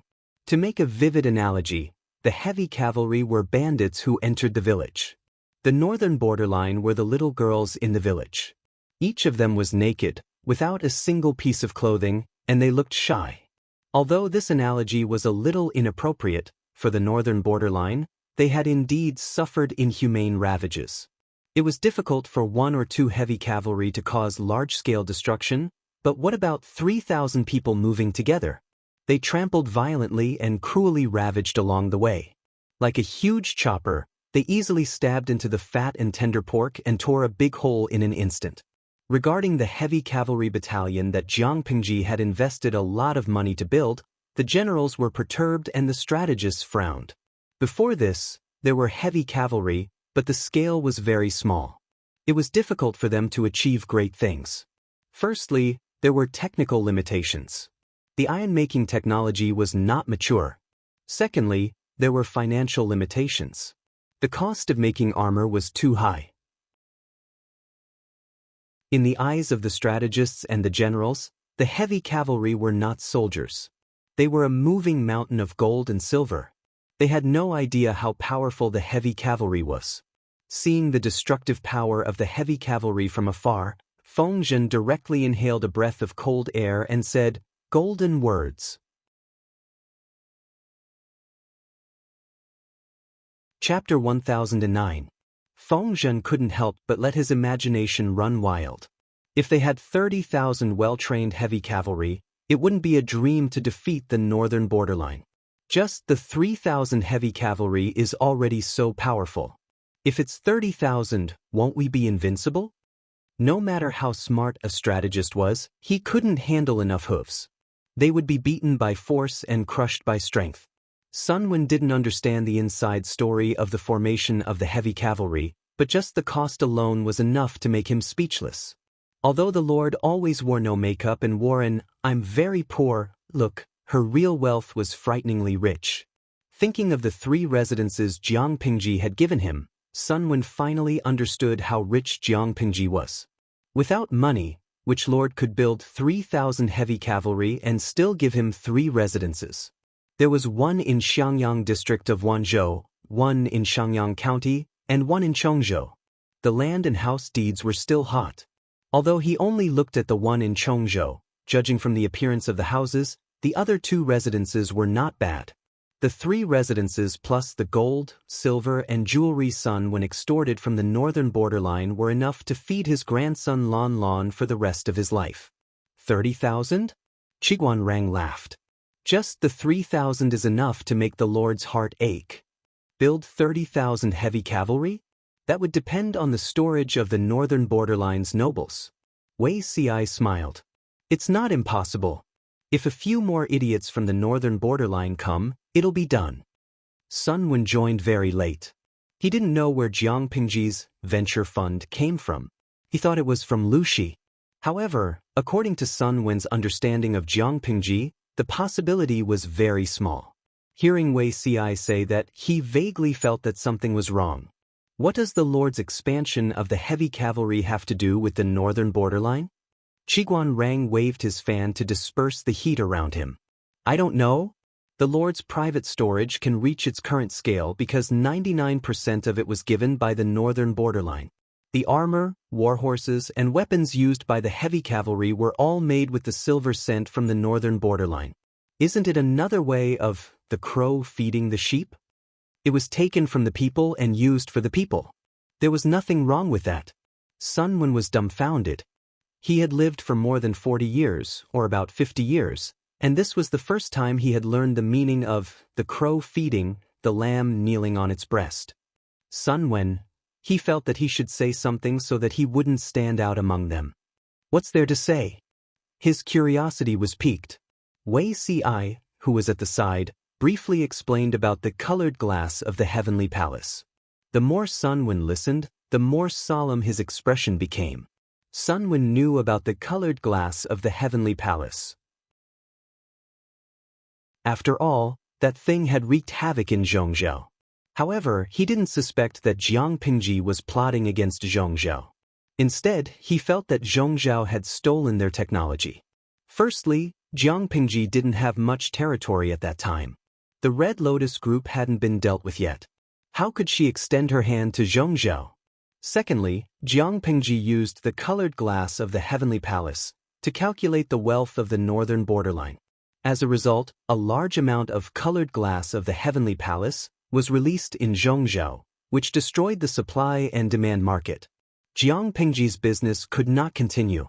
She could only extort a sum of money from the northern borderline in a hurry before stopping. Her losses were huge.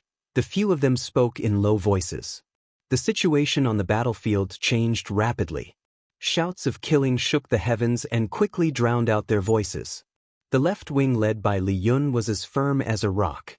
Fu Wang oversaw the center army and commanded calmly.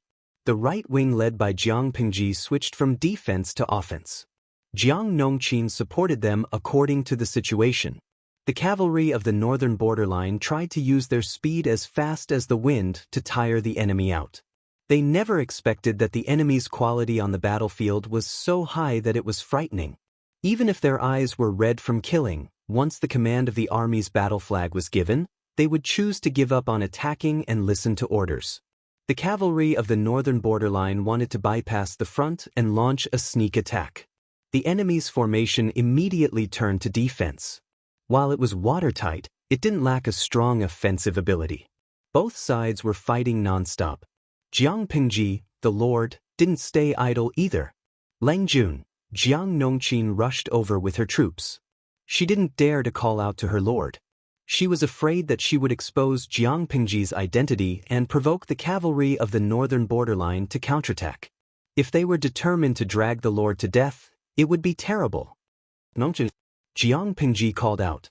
The long sword in her hand was completely bent. It was on the verge of being scrapped. Such a sword would affect her efficiency in killing people. Jiang Nongqin understood. She removed the extra weapons from the back of her horse and charged toward where Jiang Pingji was. You're in command here. Jiang Pingji became more and more brutal when she received new equipment. Jiang Nongqin endured it. In the end, she swallowed her unspoken words. She might be cold to others, but when it came to her lord, she would never be able to say a word of rejection. Jiang Pingji threw the task of commanding the right wing to Jiang Nongqin. It seemed willful and casual, but in fact, she wanted to give her more opportunities to train. Jiang Nongqin managed the women's battalion very well. It was because she did it so well that she spent most of her time training the women's battalion. Most of the battlefield tasks were to provide support, escort rations, clean up the battlefield, and treat the wounded and sick. This was not beneficial to Jiang Nongqin's development. The military camp was a place with strict discipline and a strict hierarchy. Although they were both captains, having military power and not having military power were two different concepts. Jiang Nongqin was the captain of the women's battalion. Her actual military power was second only to Fu Wang. However, her experience in commanding battles was not even as good as Dian Yin and Luo Yu. She immersed herself in her work and did not complain. However, as the lord, Jiang Pingji could not watch such a good seedling go to waste. The women's battalion was also a knife in Jiang Pingji's hands. Such a knife could not only be used for logistics and trivial matters. Hey, look what I found. 2 different big fish. Jiang Pingji's sharp eyes saw 2 different figures. Her eyes lit up. Most of the cavalrymen of the northern borderline wore cloth clothes and rattan armor. Their equipment was simple and crude. In Jiang Pingji's eyes, they were just a group of weak girls who had no strength to truss a chicken. 1 knife for one, and a backhand stab for a double kill. Among such a group of girls, who were dressed in shabby clothes, there were 2 beautiful women, who were dressed in gorgeous palace clothes. Wasn't it eye-catching? In the army, The higher one's status and military power were, the better and more complete the equipment they wore. Needless to say, the two beautiful women in palace clothes were definitely the higher-ups of the northern borderline military. One was dressed in a crimson military uniform, and the other was dressed in an orange-yellow military uniform. She could not pretend not to see such bright colors. She licked her lips. The strong smell of blood stimulated her taste buds, making her feel energized. Seeing that the right flank could not be conquered after a long time and that the army of the northern borderline was howling in pain from the charge of the 3,000 heavy cavalry, the usually calm 8th prince could not hold it in anymore. 8th brother, the traitor Lu is indeed treacherous. Most of the people who were defeated by us just now faked their surrender. The 7th prince was dressed in an orange-yellow military uniform. He looked quite interesting. The 8th prince's face darkened. A hint of gloom flashed across his fair cheeks.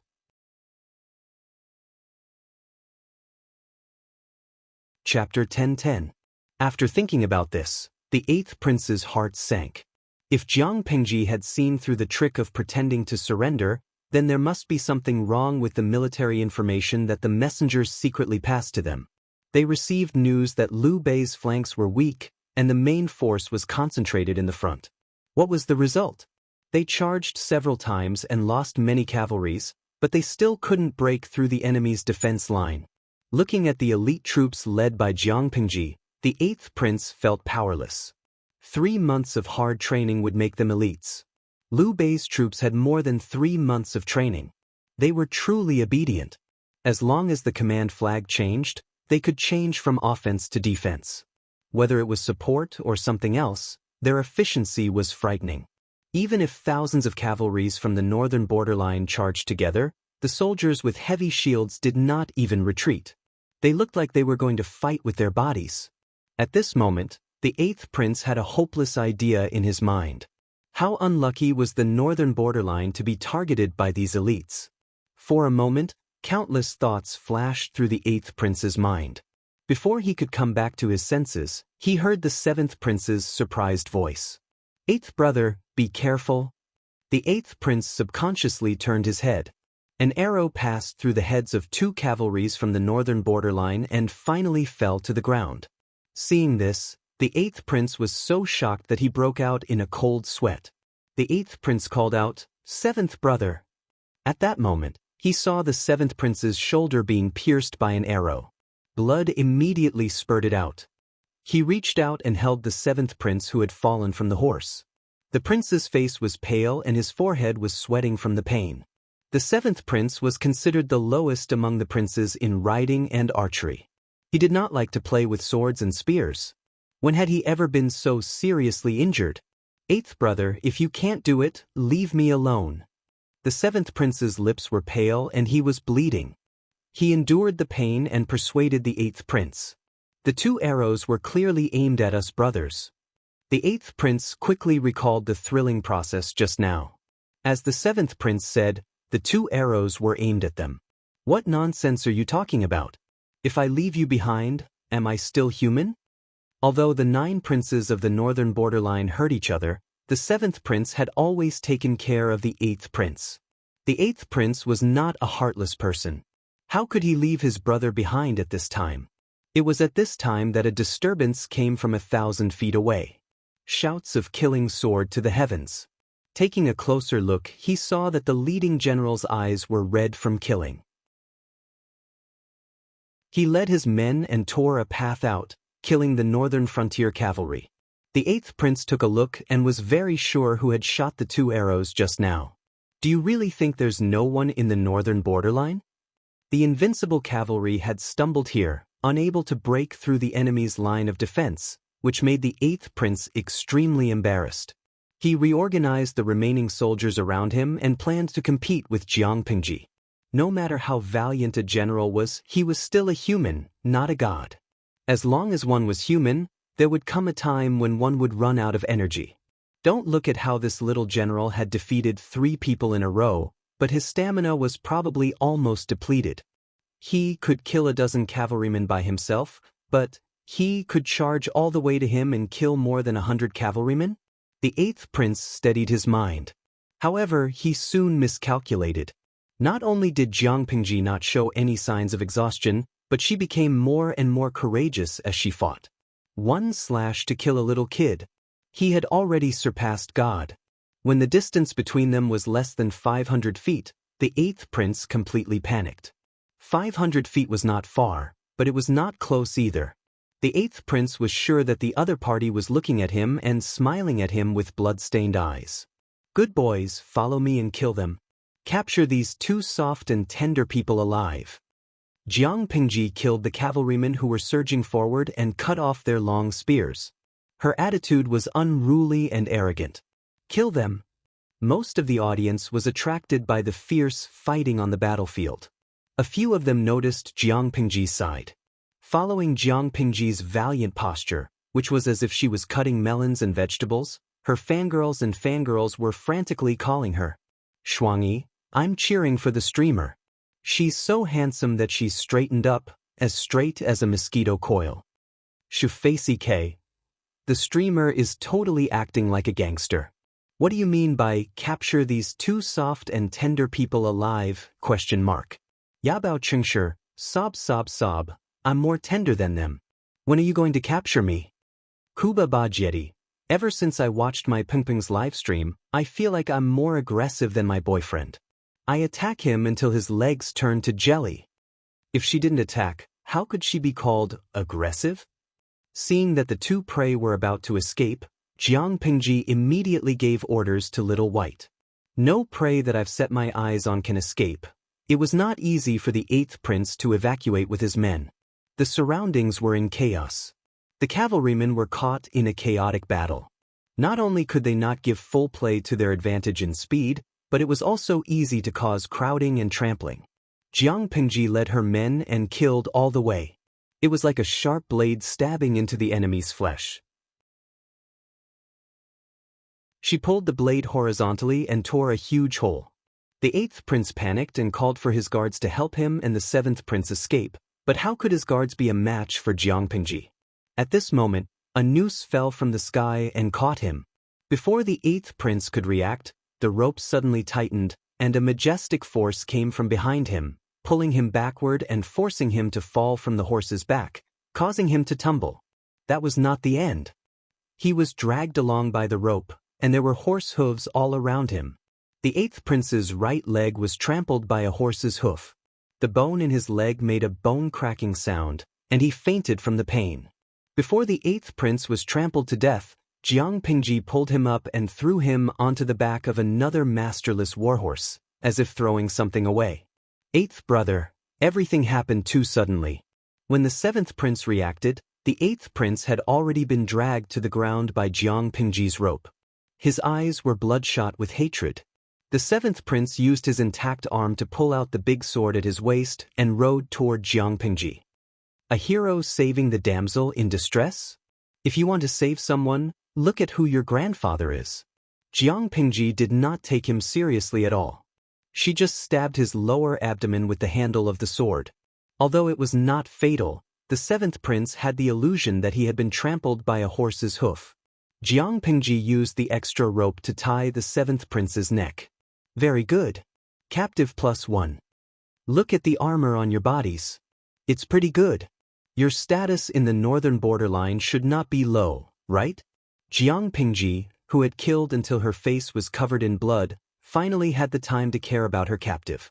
The seventh prince was still somewhat conscious.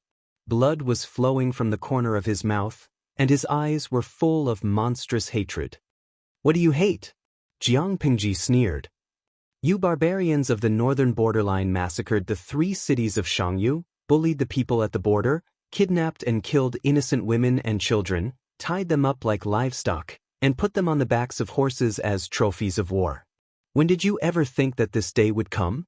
They killed their husbands' wives and daughters in front of their corpses, and bullied their parents' children in front of their corpses. When did the northern borderline ever think that this day would come? Jiang Pingji would not use such a despicable method to humiliate them, because whoever did such a thing, no matter who it was a beast. Chapter 10-11. Today, I'll teach you one thing. the winner is king, and the loser is a bandit.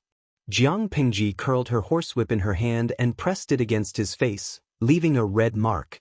The seventh prince pursed his lips and spat a mouthful of blood at Jiang Pingji, but she was already aware of it, so he did not spit on her.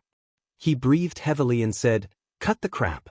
You said it yourself, the winner is king, and the loser is a bandit. Those people, they deserve to die.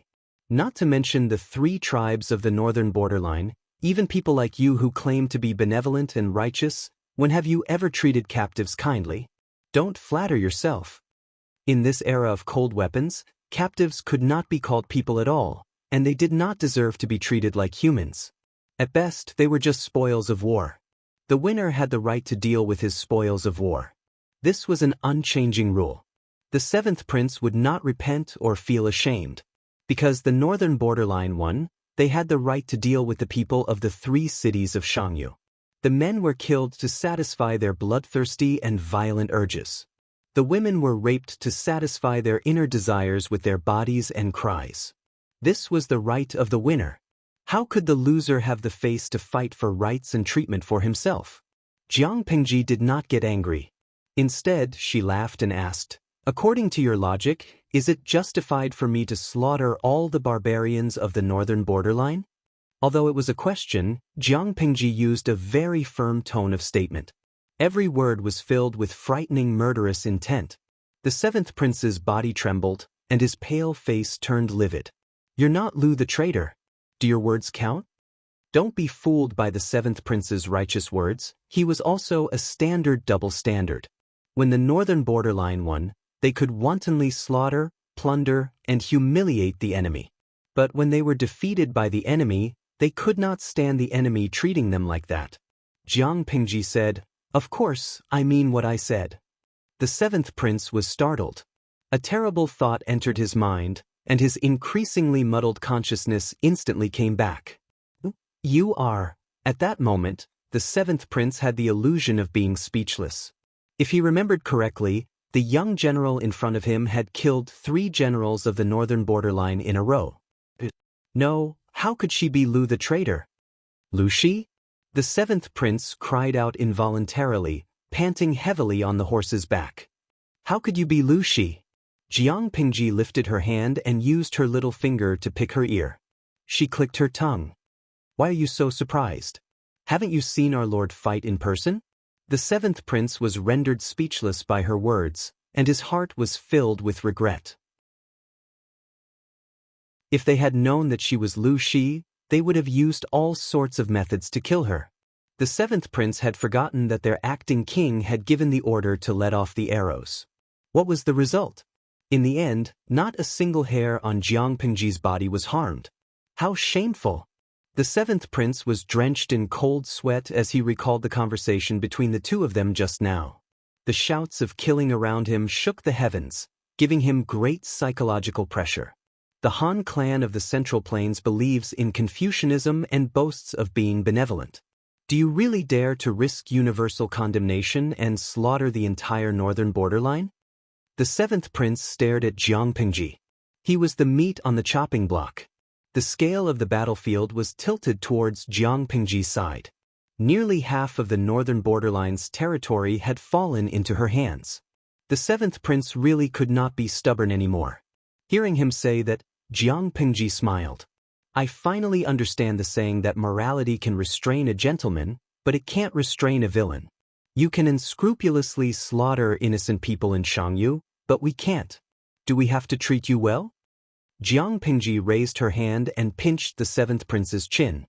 With a little force, he felt that Jiang Pingji's hand was like a pair of iron pincers, almost crushing his jaw. "Tiske, your face is really big." The seventh prince was in so much pain that tears came out of his eyes. His wound split open and more fresh, viscous blood gushed out. Jiang Pingji smiled. "Don't worry, I won't slaughter everyone in the northern borderline. But from now on, I will make the northern borderline history." Her eyes glinted coldly. The seventh prince's heart skipped a beat, and he had a vague bad feeling. "What do you mean?" The seventh prince's breathing was rapid, and his pale cheeks were dyed with an abnormal flush. When the people of the northern borderline don't speak the barbarian language, don't know the barbarian language, and even forget where their ancestors came from, this should be considered the extinction of their clan, right? Jiang Pengji smiled like a flower, but in the eyes of the seventh prince, she was as fierce as a Rakshasa. Unfortunately, you won't be able to see it. The seventh prince was so angry that blood rushed to his brain and he fainted. Jiang Pengji sneered in disdain. She lifted her machete and leaped onto Little White's back. She pulled the reins. Little White, let's go.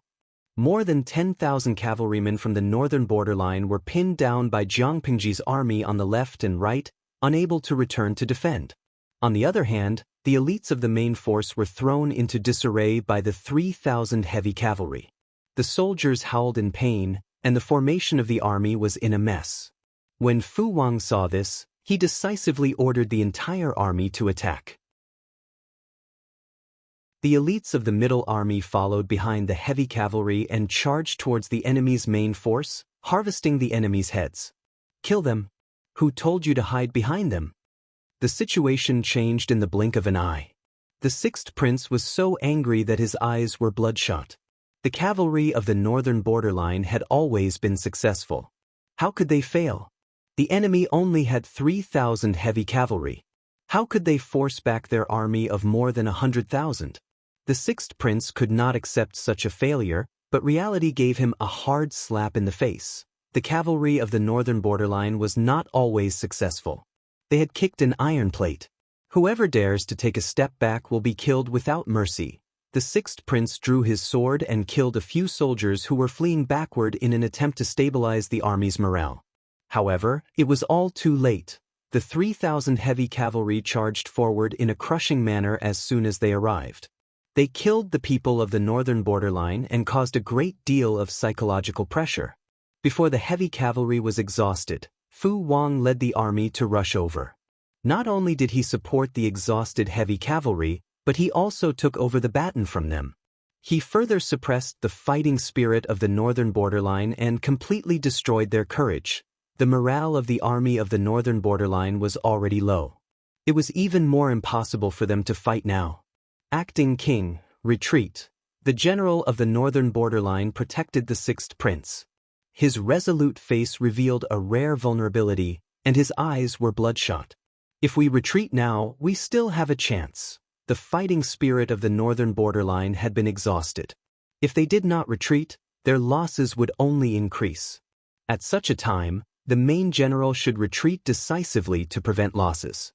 The sixth prince gritted his teeth unwillingly. If they retreated now, wouldn't that traitor Lu take advantage of the victory to pursue them? Retreat.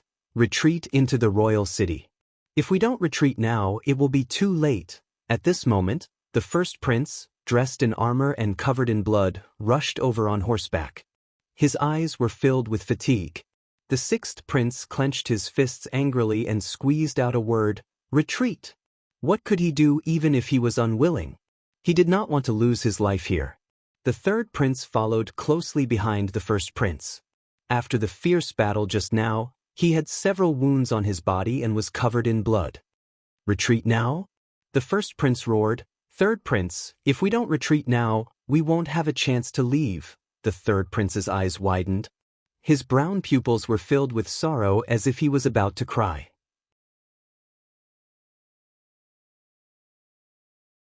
Chapter 10-12. After several battles, most of the northern borderline cavalry had been lost. If they withdrew their main force, what would happen to the cavalry still fighting on the front line? Abandon them? The northern borderline could not afford this loss. The third prince knew very well that if they gave up the cavalry now, they would only be struggling at death's door. You still have time to care about that? The first prince was so angry that he almost fainted. Do you want to die if you don't withdraw now? The third prince shuddered, seemingly stunned by the first prince's words. After a while, he said dryly, without the cavalry, how can we stop Lu Luo? Hide in King City? Their king city was probably no different from a piece of paper in the eyes of the enemy, right? The people of the Central Plains made a living by farming. Their living environment was relatively fixed, so they would build high cities and thick walls to block outside attacks. The 3 tribes of the northern borderline were nomadic and liked to live by the water. They had no fixed residence and were very mobile, so their houses were all tents that were easy to dismantle and move. Under such circumstances, the city walls were not very useful to them, so there were very few cities in the northern borderline. The so-called King City was built to show the uniqueness of the northern borderline's imperial court. It was specially built to imitate the capital of the Central Plains. To put it bluntly, it was just a shoddy construction. The 3rd prince wept in his heart and complained, "Lu Luo has fought many sieges. Can a mere king city really stop them?" No matter what, they could not give up on the cavalry at the front. Slap, a loud slap sounded, and a palm print appeared on the 3rd prince's face. After a few breaths, half of his face swelled up. Boost the morale of others and diminish our own. Are you a spy sent by Lu Luo? If you want to die, I can grant you death. The 6th prince retracted his hand and said sinisterly, "I am the acting king. I have the final say in everything. Now, withdraw." The 3rd prince looked at his brother in disbelief, his eyes full of shock and disappointment. The 6th prince gave the order to withdraw. Not long after, there was a knock on the door. They advanced at the sound of drums and retreated at the sound of metal. Fu Wang heard the movement and revealed a somewhat blood-stained smile. "You want to withdraw now? It's too late." After saying that, he ordered the left and right wings to change their movements and sent another 20,000 soldiers from the middle army to cut off the northern borderline cavalry's retreat. The rest of the troops followed him to chase after the remnants of the northern borderline. They chased and fought along the way, eating up the enemy soldiers that were left behind bit by bit, chasing them all the way to the foot of the city. The bloody battle lasted until sunset before it gradually stopped. The orange-red setting sun shone on the earth, dyeing it with a desolate color.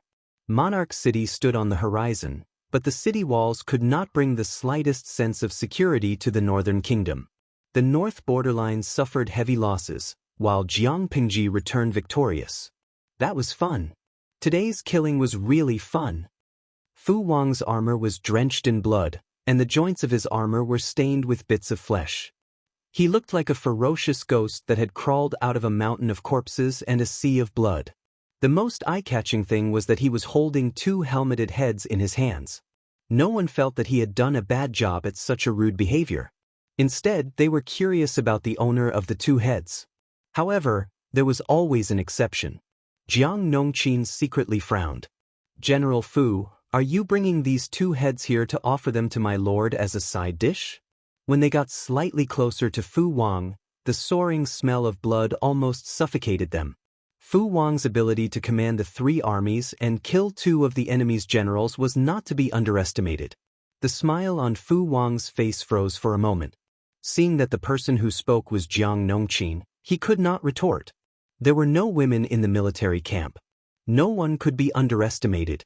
Fu Wang did not have much contact with Jiang Nongqin, but he knew that she was not to be trifled with. Not to mention anything else, the female camp was in charge of the entire casualty camp. Perhaps one day his life would be on the line and he could count on her to save him. "Officer Jiang, what kind of person is the Lord? How could she eat raw meat and drink blood like the barbarians?" Jiang Nongqin said coldly, "If that's the case, the general should find a box to put it in, so as not to disturb the Lord." Fu Wang was speechless. Li Yun heard the conversation between the 2. Seeing that Jiang Nongqin had left, he said, "She cares a lot about the Lord. General, don't take it to heart." Fu Wang glanced at Li Yun with a hidden bitterness in his eyes, making him feel baffled. "I understand. Is the Lord the most important?" It was just a few words, but the sourness was enough to make a person fall down. Fu Wang was not angry at Jiang Nongqin, he was just touched by the scene. Huijuan's letters were always addressed to the Lord. Most of them were to report that she was safe or to send her regards. Occasionally, she would also share the growth of the twins. Fu Wang even saw that there were 2 children's ink footprints on the letters. She would only mention his name in 3 to 5 letters. He was jealous and envious. He did not dare to hate. Huijun was like this, Jiang Nongqin was the same, and the other female soldiers in the female camp also worshipped the Lord like a god. Tisk, it's useless to like her. Just give up, the Lord is a woman. Fu Wang muttered softly. He ordered someone to prepare 2 boxes for him to place the enemy generals' heads. To the general, the enemy generals' heads were not just heads, but also meritorious deeds and glory. The value of these 2 heads could at least be exchanged for a lifetime of rouge and cosmetics for the precious daughter of Huijuan's family. Beheading the general's head was nothing. The biggest gain from this battle was the annihilation of the remaining cavalry of the north borderline and the capture of a large number of warhorses.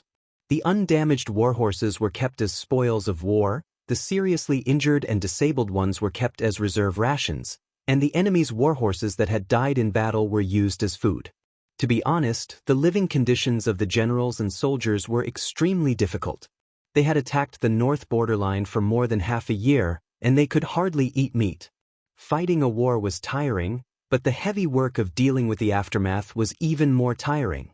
For example, when cleaning up the battlefield, the arrows that were lost had to be retrieved. Most of the swords, spears, swords, and halberds that were lost on the battlefield could be recycled and reused. The clothes and armor on the enemy's corpses could also be reused by sewing and mending them. There were also the heavy goods that the enemy camp did not have time to take away. In addition to these tasks, rescuing the wounded soldiers was an even more urgent matter. Half of the soldiers did not die on the battlefield, but because they did not receive timely treatment after the battle. Jiang Pingji turned off the streaming room and planned to take a bath in the main tent to clean up the blood on her body. Everyone was too busy. Clean hot water was needed for the wounded soldiers, so Jiang Pingji did not bother others. She directly exchanged a large basin of water from the system store and washed up. When she jumped into the bathtub wearing the innermost inner garment, the basin that was originally so clear that the bottom could be seen was instantly dyed red. After changing a few basins of water in a row, she was barely able to wash herself clean. Although the smell of blood still lingered around her body that could not be dispelled, it was much better than before. "My lord, Wei Ci requests to see you." Jiang Pingji said, "Zixiao, come in." The curtain of the tent was lifted, and Wei Ci came in carrying a heavy food box. He walked around the simple screen and saw Jiang Pingji in a pine green gown. The belt was loosely tied, and her long wet black hair was casually draped over her shoulders. Her face had a natural blush that was unique after a bath. Her dark eyes were bright and full of spirit.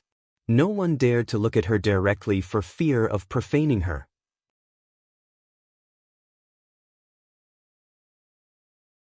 Chapter 10:13.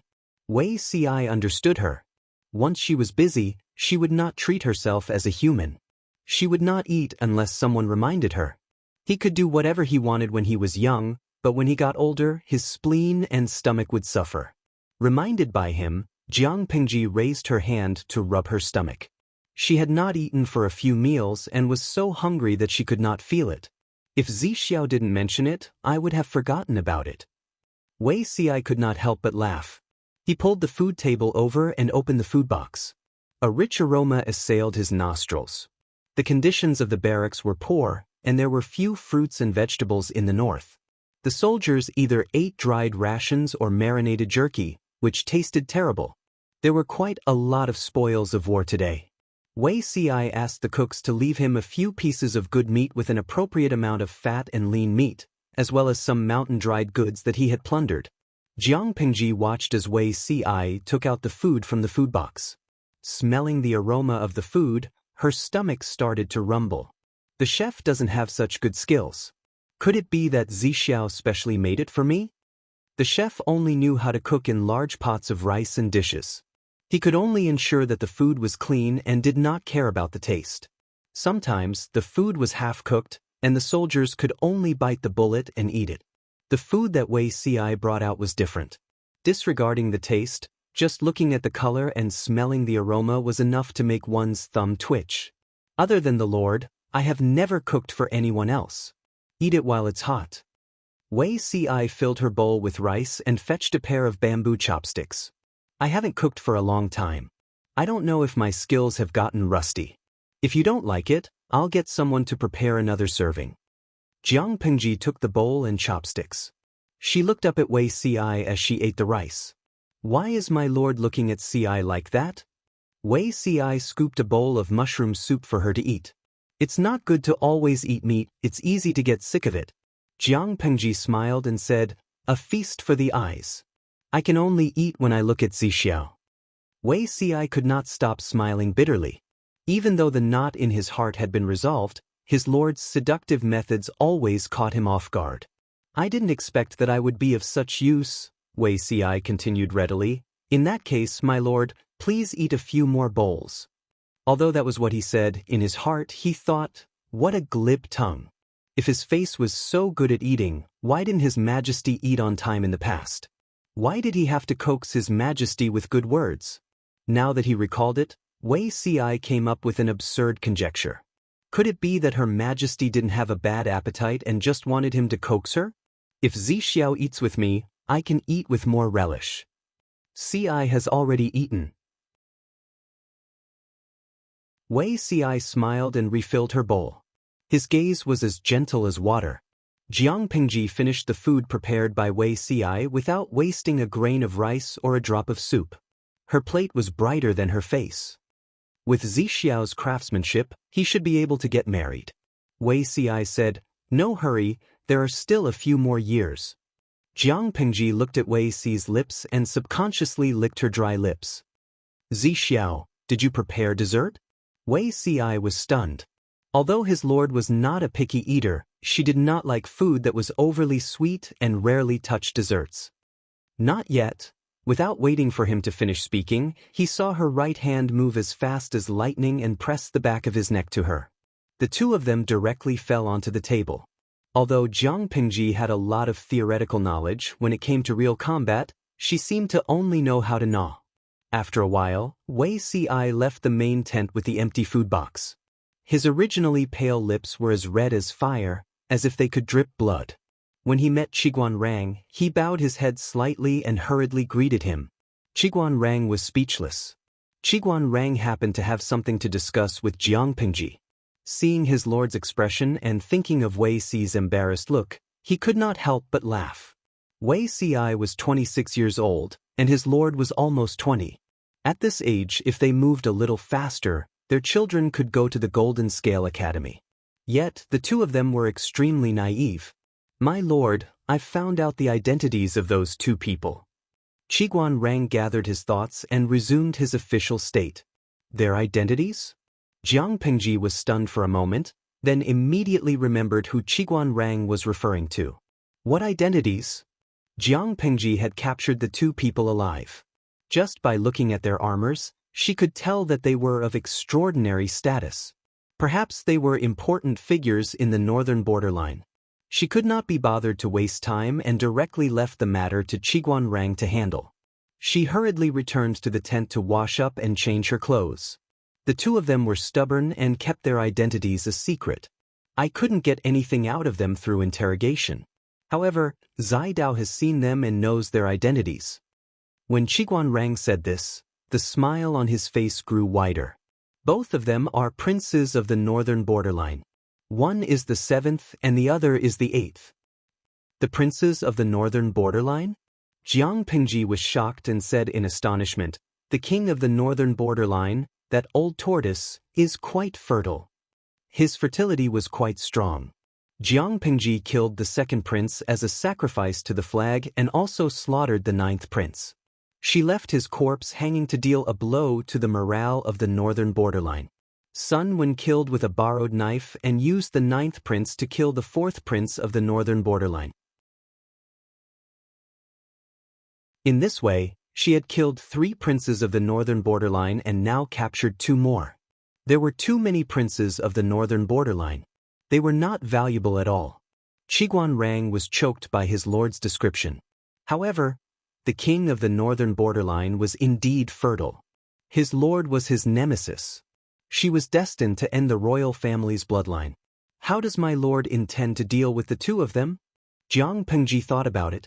We're a family. We pay particular attention to reunion. Send them down to meet their other brothers. Qiguan Rang frowned. His lord's words meant that she did not intend to let the two of them go. Kill them now. If we kill them now, won't it be too easy for the northern borderline? Jiang Pengji thought about it and came up with an idea. She said, strip them naked, tie them up, and hang them on the arrow tower. I remember that the second prince of the northern borderline was also treated like this. They are all brothers. We can't be biased. She then added, by the way, before we do this, Wenjing, draft a letter and tell the royal court of the northern borderline that if they want to exchange for the two of them, they only need to tie up the royal family and surrender. If they are unwilling, then they can open their eyes and watch.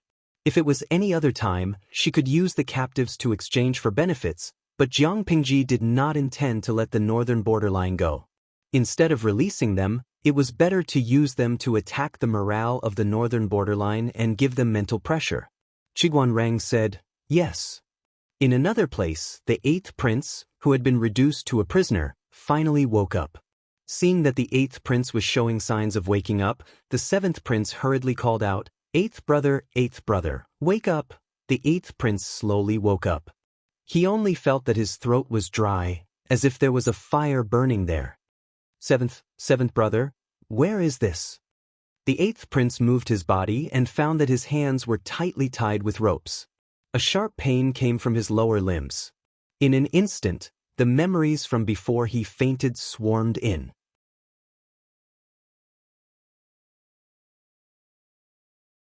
Chapter 10:14. Seventh prince said sadly, we were captured by that traitor Lu, and now we're his prisoners. His injuries were serious. The arrow wound on his shoulder was filthy. If it wasn't taken care of, it might even rot. Eighth prince's heart skipped a beat. He couldn't believe this reality. We were captured? He wasn't a naive person. If he fell into the enemy's hands, he could imagine what would happen to him. Seventh prince nodded heavily. If that's the case, eighth prince hurriedly asked, is there any movement from the imperial court? He and seventh prince were both princes of the imperial court. They represented the face and dignity of the imperial court. If they were humiliated, the imperial court would lose face as well. The imperial court wouldn't allow the enemy to humiliate them.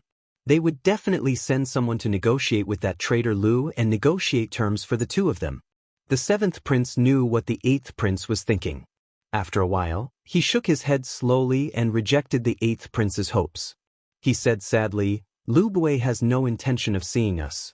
The imperial court is controlled by the sixth prince. He can't wait for us to die. Why would he send someone to redeem us? Seventh prince had been supporting eighth prince for free. Eighth prince was a strong contender to replace the king. The two of them were sixth prince's biggest problem. Why would he give up his interests in exchange for them? Little did he know that the imperial court was in an uproar. Sixth prince hadn't slept for 2 days. He was afraid that if he closed his eyes, the enemy would break into the imperial court. He hadn't slept for a long time. His nerves were extremely fragile. The officials below him were still chattering, making his head hurt. So noisy. Apart from arguing, is there anyone who can help me? The sixth prince's emotional outburst and his angry voice silenced the officials for a moment, not daring to make a sound. Stand up and say it. Sixth prince pointed at a random official. If you can't give me a good explanation, I'll take your life. The officials were silent. No one dared to stand up. Only sixth prince's father-in-law dared to stand up. He was in the pro-war faction.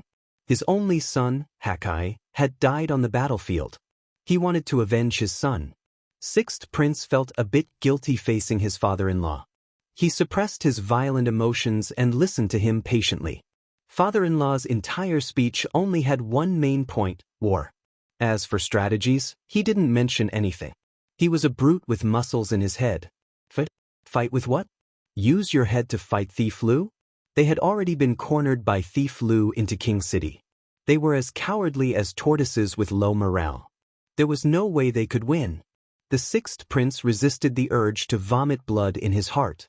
On the surface, he still had to calm his father-in-law. He still needed to rely on this father-in-law. Reporting to the acting king, an arrow was shot from outside the city, and there's a letter from that traitor Lu on it. The sixth prince perked up and hurriedly said, "Quickly read it out. Let's see what it says." There were not many officials of the northern frontier who knew the Chinese language. In the end, they could only pass the letter to the third prince and let him read it on their behalf. The third prince opened the letter and read it. His face was as gloomy as ink, and he seemed to have something stuck in his throat, unable to say a single word. "Third brother, even you are going to disobey my orders?" The sixth prince was enraged, and his breathing quickened. His chest rose and fell violently as he panted like a bull. The third prince was stunned for a moment before he read out the contents with difficulty. The seventh prince and the eighth prince had already become the prisoners of the Lu family. If the royal court of the northern borderline wanted to redeem them, they had to open the city and surrender. Not only that, the royal court would also become prisoners. If they agreed to this condition, she would only clean up the royal court and not hurt the other nobles. This was Jiang Pingji's ultimatum. If the north borderline did not know what was good for them, then they should not blame her for being ruthless. Scram. All of you scram. The sixth prince lost control of his emotions. He rose from his throne and strode towards the third prince. He snatched the letter from the third prince's hand and tore it into pieces. "Who does she think she is? How dare you threaten us like this?" North Border Imperial Dynasty was the most noble race in North Border. According to their genealogical records, they were the descendants of the gods that the northern borderline believed in. Their bloodline was extremely noble. Don't think that only the aristocratic families of the Central Plains were particular about bloodlines. The barbarians of the northern borders were even more concerned about bloodlines. The northern border imperial court was the descendant of the gods. They were born to control the living beings of the earth. How could mere mortals control their life and death? Ridiculous. However, to put it bluntly, the descendants of gods and whatnot was just putting gold on their faces. If not for that, how could the imperial court suppress the other families in North Border and become the royal family? The third prince looked at the sixth prince's crazy and furious expression and asked coldly, "If they don't agree, what will happen to the seventh and eighth princes?" The sixth prince angrily pulled out the dagger at his waist and said to the third prince, "I am the acting king. You are just officials. Instead of helping me solve my problems, you are asking me what to do? Trash. All of you are trash. What use do I have for trash like you?" The third prince looked at him coldly. He knew that the brother in front of him was about to go crazy. The court was in chaos. Everyone was arguing, but they had no idea what to do. The next day, a mobile arrow tower was pushed to a place a few hundred steps away from the royal city. Two naked people were hanging on it. They were the half-dead seventh prince and the eighth prince. Two long banners were hanging around their necks. There were a few big words written on them. One of the banners said, "When the two princes die." The other banners said, "When our army breaks into the city, you will all be beheaded." The Lu family's emblem was drawn at the end of the banners. It was full of arrogance. When the guards on the walls of the royal city saw this, they were so scared that their legs turned to jelly. They hurriedly sent the news back to the imperial court. The sixth prince sat there in a daze. His face was so dark that he couldn't look at it anymore. The officials arguing under the tent couldn't make him come back to his senses. "Acting king, I am willing to go to war. Instead of being humiliated, it is better to regroup and go out of the city to fight to the death with the Lu traitor." The father-in-law wanted to avenge his son, who was the only seedling of his bloodline. Now that his only son was dead, it was equivalent to having no descendants. Instead of being humiliated by the enemy, it was better to go out and fight to his heart's content. The father-in-law was willing to fight to the death for the royal family, but the other nobles were not willing. Why should they die if they could live? How much was courage worth? They didn't care about etiquette, righteousness, honor, filial piety, loyalty, and trust. As long as they were alive, they could continue to enjoy glory and wealth. It was just a change of master that they were loyal to. If surrendering could save their lives, why would they want to die with the royal family? "Why don't we surrender?" an old official said anxiously. His voice wasn't loud, but it attracted everyone's attention. He plucked up his courage and said, Now that the Lu trader is like the sun in the sky, it's only a matter of time before he breaks the city. Instead of increasing casualties, it is better to. Before he finished speaking, a white light flashed in the air. He felt a chill on his neck and hot blood splattered on the ground. The third prince sheathed his sword and said with a gloomy expression, surrendering before the battle, "Are you still the unyielding men of the northern borderline?"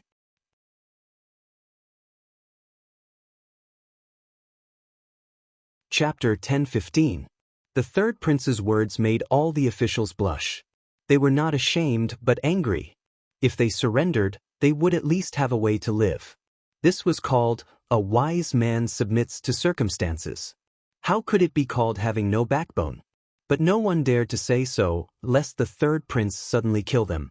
After the court was dismissed, the officials left in twos and threes. Everyone's expression was not very good. The royal family wanted them to die with them. How could their expressions be good? The sky gradually darkened. The originally bustling royal city was now lonely and cold, filled with a somber atmosphere. The temperature difference between day and night in the northern kingdom was relatively large. The sun was scorching during the day, and the moonlight was as cold as ice at night. The seventh prince and the eighth prince were both injured, and they were tied up violently and hung on the tall archer tower. Not to mention their serious injuries, the enemy didn't even give them water to drink or food to eat. Even if their bodies were made of iron, they wouldn't be able to withstand it, let alone the two of them who had been pampered for more than 20 years. The eighth prince weakly called out, "Seventh brother, are you still awake?" He had been unconscious for most of the day. Now his head was very heavy, his body was hot and cold, and the scene in front of him was bright and dark. The seventh prince hung in midair with his head down and did not respond at all. But his body was still warm, so he should not be dead. The eighth prince was very sad. He was hung in midair and could faintly see the inside of Royal City through the high wall.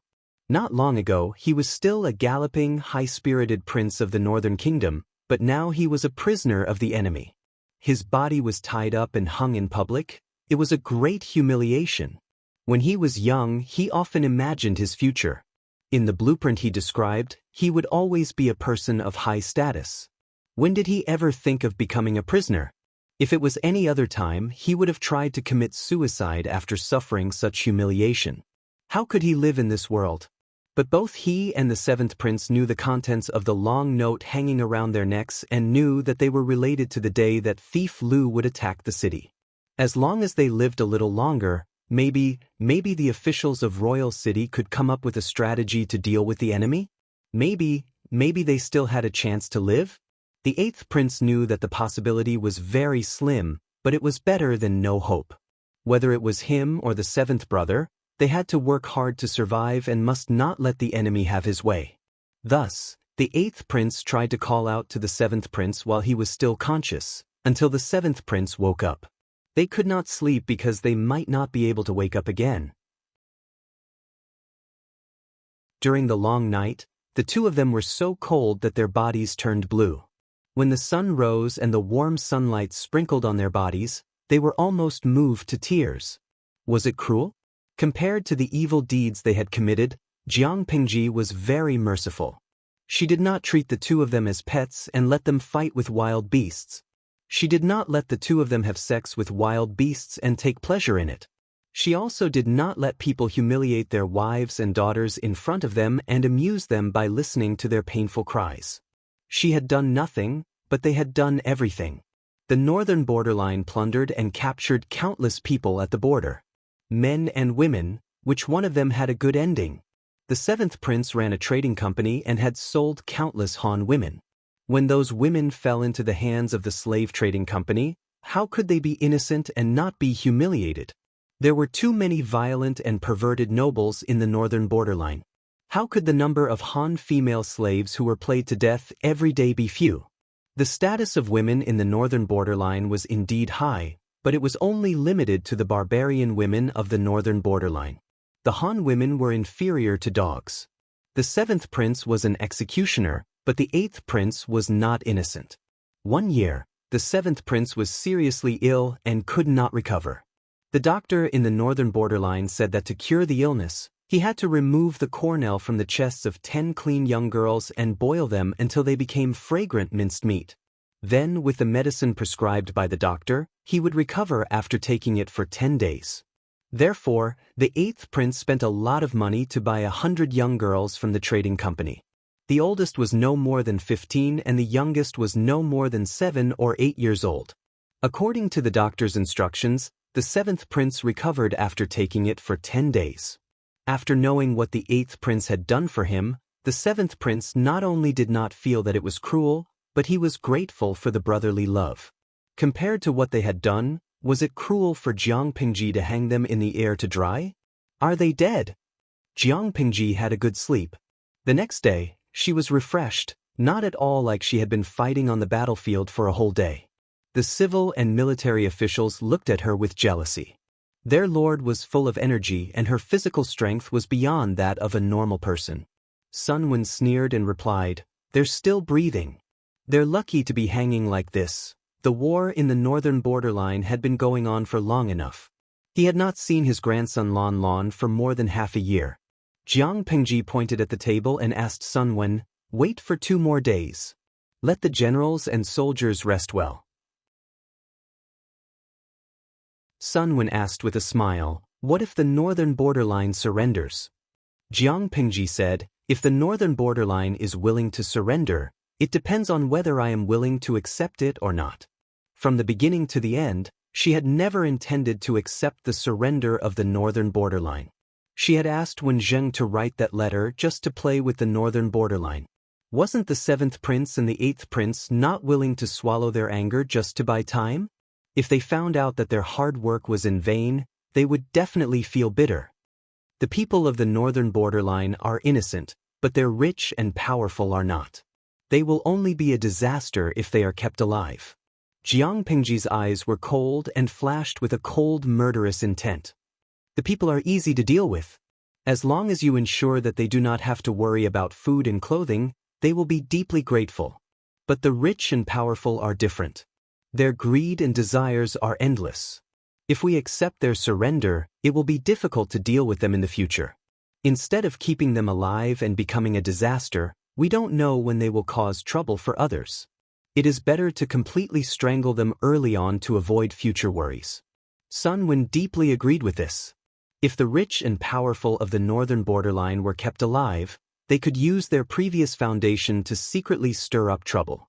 As long as they had a foundation, it would be easier to recover. This was a disaster. Their lord was someone who had her eyes on the world. How could she waste her energy on lowly people? Jiang Pingji said to Sun Wen, "If they are still unwilling to die when the time comes, then give them a quick death and send them on their way." Sun Wen nodded in agreement. Time flew, and another day passed. Jiang Pingji's army surrounded the royal city. Although they did not curse, they gave them endless pressure. The imperial court had not made a decision.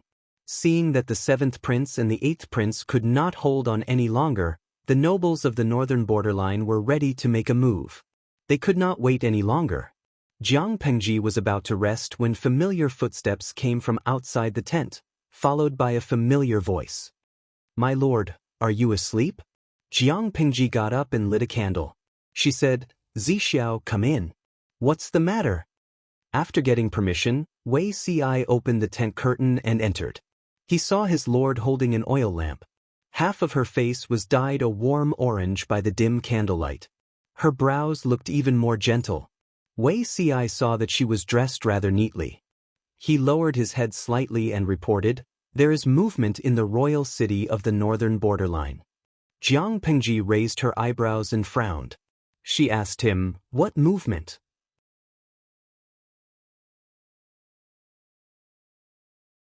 Chapter 1016. The confidant of the right chief minister of the northern borderline? Jiang Pingji thought for a moment and said, "Sneaking down the city wall in the middle of the night? It seems that the right chief minister is quite tactful." "A wise man submits to circumstances," Wei Ci said. "Whether he is a wise man or not, it's up to me to decide." Jiang Pingji's eyes flashed with coldness. She smiled and said, "I'll go take a look at this person." Jiang Pingji sat on the seat of honor. The candle in the tent was lit and barely illuminated half of the space. A person was kneeling below. His upper body was almost touching the ground. Jiang Pingji pouted when she saw his trembling appearance. I don't want to know your name. You just need to tell me why you're here. Jiang Pingji pulled over a chair and leaned half of her body against it. She looked lazy and sleepy. It's getting late.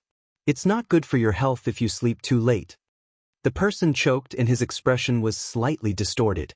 He said, I am the confidant of the right chief minister, Su Hasa. Today, I'm here to surrender under the right chief minister's order. Surrender? Jiang Pingji sneered. She said, although I don't know who Su Hasa is, since he's the right chief minister, he must be one of the most powerful people in the northern borderline. I have a question. Your right chief minister has been receiving the salary of the northern borderline for so many years. Now that the northern borderline is facing a disaster, he betrays and surrenders just like that. It's hard to not be suspicious. The person said, the right chief minister said that there's a widespread saying in the Central Plains. A good bird chooses a tree to nest in, a virtuous minister chooses a master to serve. The northern borderline's tyranny is harsh and makes the people have no way to live. It's obvious that he's not a wise ruler. The right chief minister can't bear to help the evildoer. Jiang Pingji smiled and praised him. Your right chief minister is quite knowledgeable about Han culture. What he said is good. The person was delighted and quickly said, Magistrate Lu, you're too kind. Jiang Pingji changed her posture and tried to make herself more comfortable. It's not impossible to surrender. But how do I know that your right chief minister is sincere? Jiang Pingji sneered and said mercilessly, not long ago the northern borderline ordered a tribe to pretend to surrender. If it wasn't for my wise strategist who saw through the northern borderline's plot, I might have been the one to return in defeat. It's fine if you want to surrender, but you need to show some sincerity. Without sincerity, could it still be considered as defecting? The man was overjoyed and quickly took out a tightly wrapped piece of parchment from his lapel. This is the topographic map of Royal City. I present it to Governor Lu. A look of joy appeared on the man's face as he said, the right minister is already fully prepared. As long as you accept our surrender, the right minister will coordinate with you from the inside and the outside. We will take the opportunity to open the gates of King City and welcome the army into the city. Jiang Pingji raised her eyebrows and asked the man, really? Absolutely. At the same time, the right minister was anxiously waiting for news at home, like an ant on a hot pan. His trusted aide had been gone for 4 hours. Why hadn't there been any news yet? Right minister, who are you waiting for? Footsteps could be heard from outside the tent. Torches were lit up and a familiar voice was heard. Right Prime Minister Su Hasa felt a chill in his heart and quickly turned his head to look. The person who came was the haggard-looking third prince, and there were many people following behind him. He recalled the question asked by the third prince and was shocked. He quickly said, Your Highness, I'm not waiting for anyone. The third prince sat boldly on the seat of honor. The corners of his mouth curled into a sinister smile. He stared at the right minister as if he was looking at a dead man. You're not waiting for anyone? The third prince said pointedly, I was patrolling the streets just now and caught a trusted aide who claimed to be the right minister. He even hid the topographic map of King City. I was shocked. The right minister was loyal to the northern borderline. How could he betray the enemy? I was too angry, so I ordered people to interrogate him. That person didn't live up to expectations and died. To prevent the right minister's reputation from being tarnished, I specially brought people over to question him. If that person framed me, I can clear the right minister's name so that no one can use this to attack the right minister.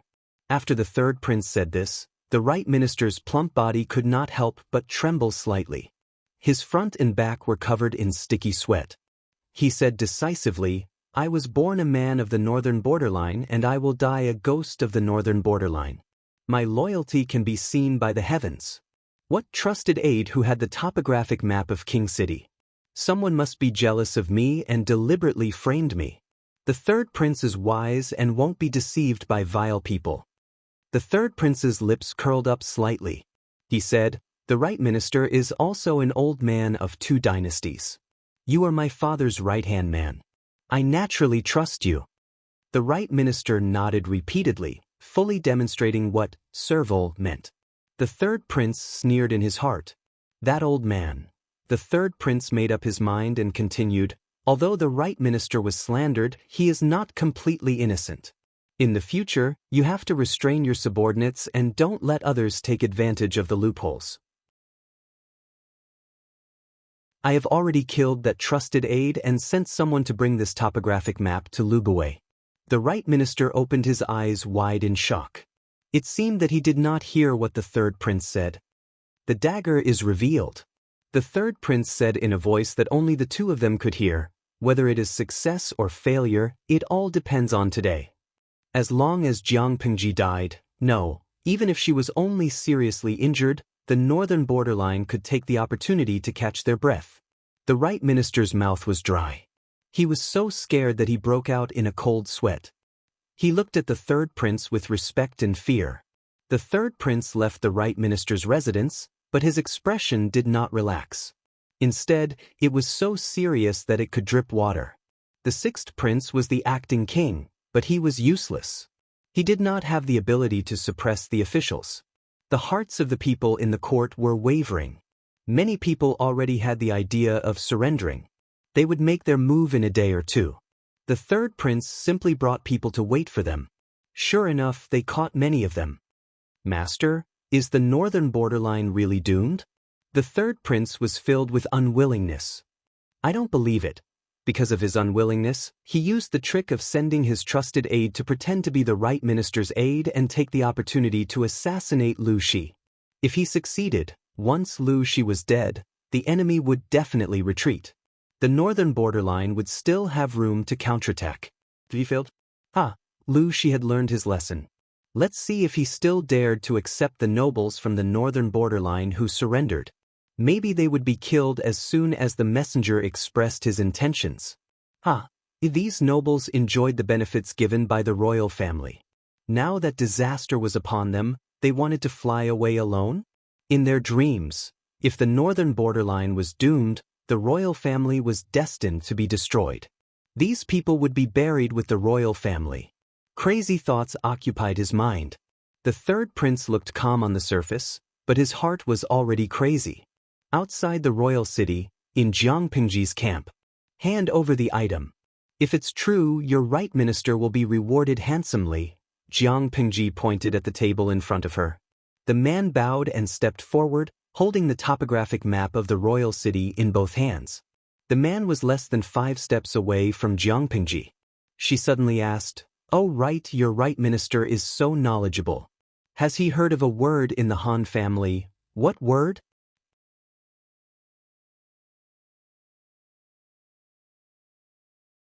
Chapter 10:17.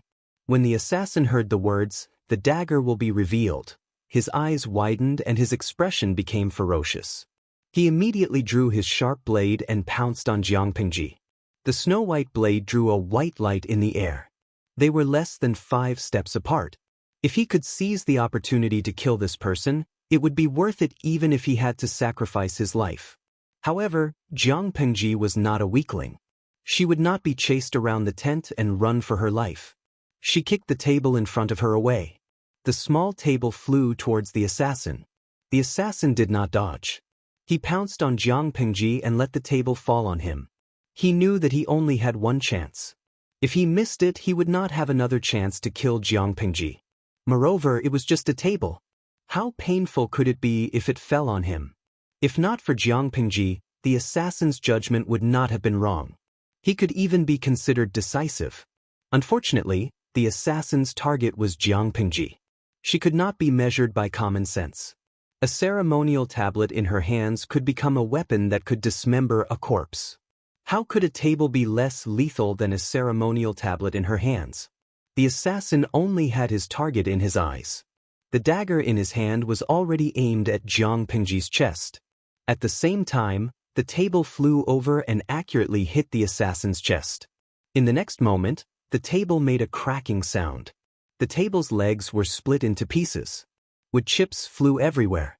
The assassin felt that he had not been hit by a table. He had clearly been hit by a small mountain. Several of his sternum had been broken in an instant. Because of the huge force of the attack, he was sent flying backward for more than 10 feet. He fell to the ground like a rag doll. His internal organs were shattered. Sticky blood gushed up his throat and filled his mouth. Half of his face was a bloody mess. Jiang Pengji stood up leisurely. Her expression was calm as usual. The strategist in the tent was speechless. Everything had ended before it had even begun. Feng Zhen maintained his posture of pouncing forward. His expression was frozen in an awkward angle. He looked comical and awkward. Although Wei Si's expression was not as exaggerated, the nervousness and worry on his face were not fake. His pale and pretty lips were stained with a layer of white. "Oh my lord." Feng Zhen looked at the sawdust on the ground in disbelief. He couldn't believe his eyes. This table was not made of wood. It was clearly made of pure gold and silver. Otherwise, how could it have such destructive power? Jiang Pengji's eyes were cold. She looked at the assassin without any warmth. The assassin was hit head-on by the table, and his entire body was sent flying for more than 10 feet. His sternum was almost completely shattered, and his internal organs were pierced through by the shattered sternum. It seemed that he would not survive for long. "What are you shouting for? Call someone over to clean up his body. I'll have nightmares if I leave it here." Feng Zhen, nightmare? My lord, are you serious? Feng Zhen came back to his senses. He realized that he was so scared that he was breaking out in a cold sweat. The front and back of his shirt were already soaked. The scene just now was too thrilling. The distance between the lord and the assassin was less than 5 steps. It was a real life and death moment. If Jiang Pengji was killed, the great undertaking that had just begun would be forced to stop. The 3 armies were like a group of dragons without a leader, allowing the northern borderline to take advantage of them. The guards outside heard the commotion and rushed into the tent.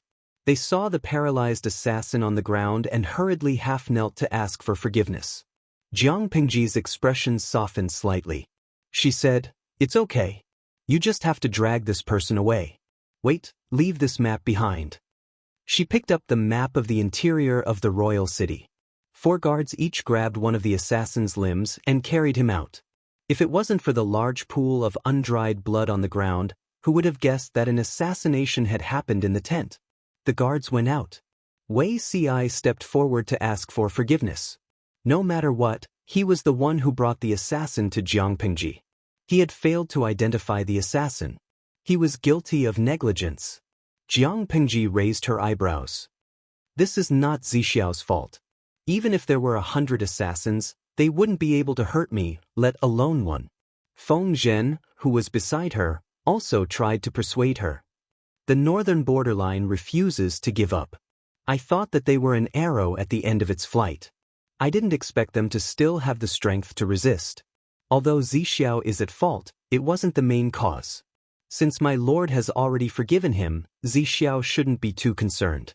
Jiang Pengji couldn't change Wei Si's mind. She could only symbolically forfeit his salary for 3 months. Wei Si felt that the punishment was too light and tried to make her make it more severe. "The most important thing now isn't to pursue your crimes. The northern borderline is the main culprit." Jiang Pengji frowned impatiently. Her tone was slightly nasty. "If Zixiao really feels that he has made a mistake, I'll settle it with you in the future. As for now, there's no hurry." The news of Jiang Pengji's assassination quickly reached Sun Wen and Qiguan Rang's ears. The 2 of them rushed over and found that the main tent was neatly arranged. It was not as chaotic as they had imagined. "I heard that my lord was attacked by an assassin. Are you all right?" Qiguan Rang's expression was still calm, but his clothes were a little crooked. It was obvious that he had rushed over in a hurry. His breathing was also a little hurried. Jiang Pengji mocked him mercilessly. "No. If assassins are all at this level, it'd be strange if they could hurt me." Hearing this, Sun Wen decisively swallowed his questions.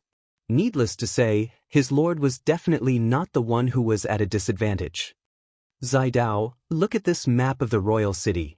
Jiang Pingji handed the map that the assassin had brought over to Sunwen. Sunwen took a few glances at it and could roughly determine its authenticity.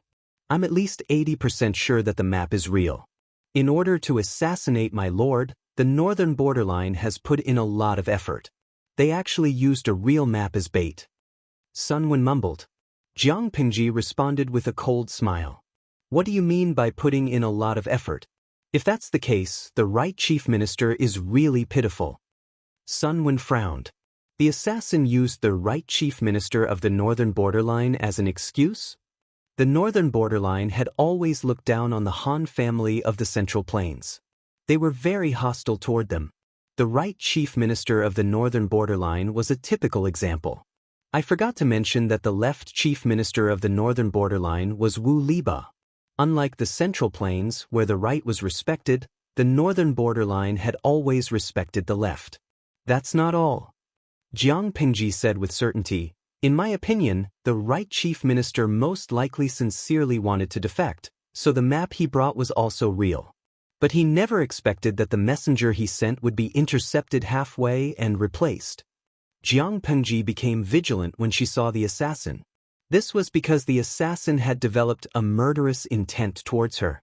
If it was someone who truly defected, that person might have evil intentions, but he would never dare to have murderous intent. Jiang Pingji also discovered that the assassin's clothes did not fit him very well. They looked wrinkled and wrinkled.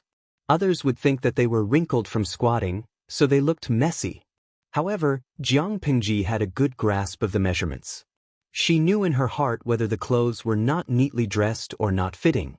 The assassin's clothes were very likely not his own.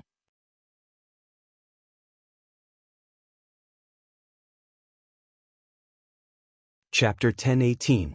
Jiang Pingji praised the right minister for his knowledge of Han culture. The assassin said, compliments from the magistrate of Liuzhou, but his eyes showed some disdain. This disdain was not directed at Jiang Pingji, but at the right minister. According to her speculation, the real messenger should have been intercepted and killed. Because the assassin and the messenger were similar in size, and to be safe, the assassin wore the messenger's clothes, carried the real blueprint, and went to the capital in a bamboo basket. He disguised himself as the messenger and tried to assassinate Jiang Pingji. She did not suspect much about the real master of the assassin. Jiang Pingji briefly explained her speculation. Sunwen pondered for a while and already had a suspect in his heart. It's probably the third prince's man, Sunwen said. The third prince of the northern borderline studied under Wu Liba. This pair of master and disciple are rare smart people in the northern borderline. Because of Wu Liba's influence, the third prince is quite knowledgeable about Han culture. However, he also learned his master's temper. He's stubborn and arrogant, but he's loyal to the northern borderline. There shouldn't be anyone else besides him who could come up with an assassination plan at this juncture. If it wasn't for the Lord's outstanding martial arts, she might have failed miserably. The northern borderline was now an arrow at the end of its flight, and the nobles were fence-sitters. The possibility of them secretly defecting to the enemy was extremely high. She never expected that someone would intercept the messenger and impersonate her to assassinate Jiang Pingji. Whether it's this person or not, I'll put this on his head. Someone had to take the blame for this matter. The third prince was the most suspicious person. If he didn't take the blame, who would? I have to thank him. It just so happens that I have a ready-made excuse to slaughter all the nobles in the northern borderline. As long as there was a good reason, the massacre was not a big deal. Not to mention slaughtering all the nobles in the northern borderline and Guizhou, even killing more would be justifiable. Other than that, the nobles in the northern borderline were the richest. Plundering their family's wealth would fill up Jiang Pingji's private treasury. The enemy had given her a ready-made excuse. If she didn't make good use of it, wouldn't she be letting herself down? The veins on Sunwen's eyebrows twitched. He glanced at the other three and realized that they were indifferent to the slaughter Jiang Pingji mentioned. Recalling Qiguanrang, Wei Si, and Feng Zhen's conduct, he felt that the Lord was so lawless, more or less, because they connived her. Even if he really wanted to slaughter them and plunder their wealth, he couldn't just say it out loud. However, The lord was willful and the subordinates indulged her. Sun Wen could only turn a blind eye to it. It's too late today. Go and rest first. Send people to keep an eye on the movements in Royal City. If anyone defected again, capture them all. There is still a tough battle to fight. The nobles of the northern borderline know that there is no hope of defecting, so they will definitely find another way out. After a brief discussion, Jiang Pengji saw the sleep scars on Sun Wen and Qiguan Rang's faces. Her heart softened and she chased them away to sleep. Feng Zhen and the others took their leave. Wei Ci also prepared to get up and leave, but he had barely taken 2 steps when he realized that his sleeve was being tugged at. Wei Ci glanced at his sleeve. His line of sight followed the hand on the sleeve and moved up, just in time to meet his lord's eyes. At this time, Feng Zhen and the other 2 had already left the main tent. "My lord," Jiang Pengji said, "didn't I say that I'll settle this with you in the future?" She purposely emphasized a certain word. Regardless of whether it was his previous life or his current one, Wei Ci had always been a person of great virtue. He was like a wisp of bright moon and cool breeze. When had he ever come into contact with such vulgar language? Therefore, Wei Ci was stunned for a while before he understood Jiang Pengji's hint. At that moment, he felt all the blood in his body rush to his head. His ears started to hallucinate. "My lord, how can you say such vulgar words?" Wei Ci did not believe that Jiang Pengji would mess around in the military camp. However, he could not just say flowery words, let alone such vulgar words. How could words and actions be the same? Jiang Pengji smiled and teased him. "What vulgar? Is it the end?" Wei Ci was speechless. This was definitely not the His Majesty he knew. However, Wei Ci had forgotten that even the His Majesty in his memory was Feng Zhen's gang of scoundrels. He drank with women and visited brothels. At this moment, Jiang Pengji was just destroying Wei Ci's inner image of a god. She wanted him to know that the god in his heart was also a person.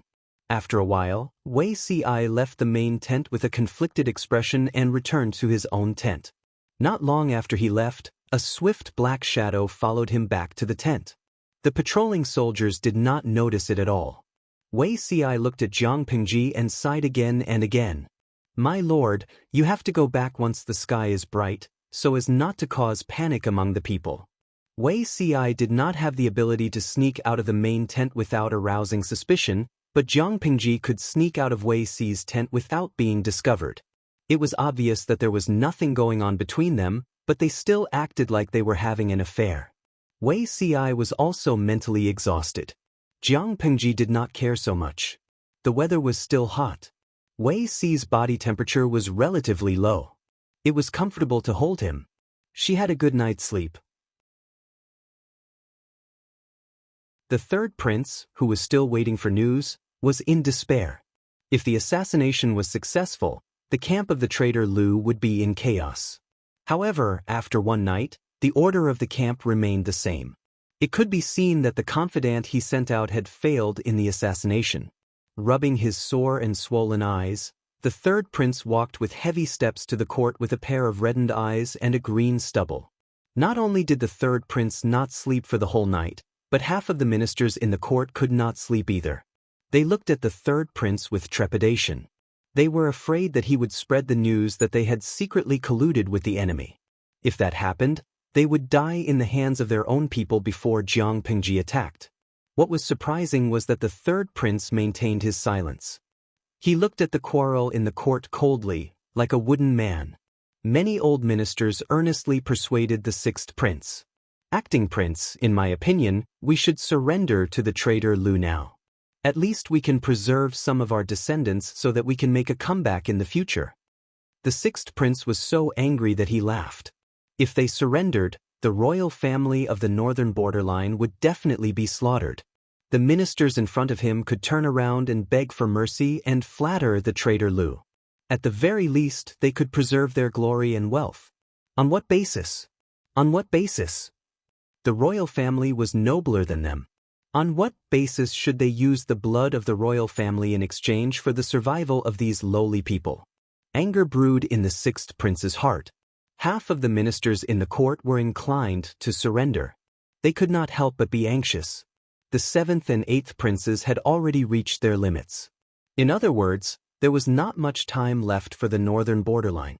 If they did not make a decision, once the 2 princes breathed their last, Jiang Pingji would lead the army to attack the royal city. There was clearly a bright path in front of them. Why should they accompany the royal family to hell? In order to appease their anger, a few old ministers were willing to help hide the blood of the royal family and find an opportunity to make a comeback in the future. If they did not surrender to the enemy, the 3rd prince would really be fooled. He believed that they were really thinking for the sake of the royal family.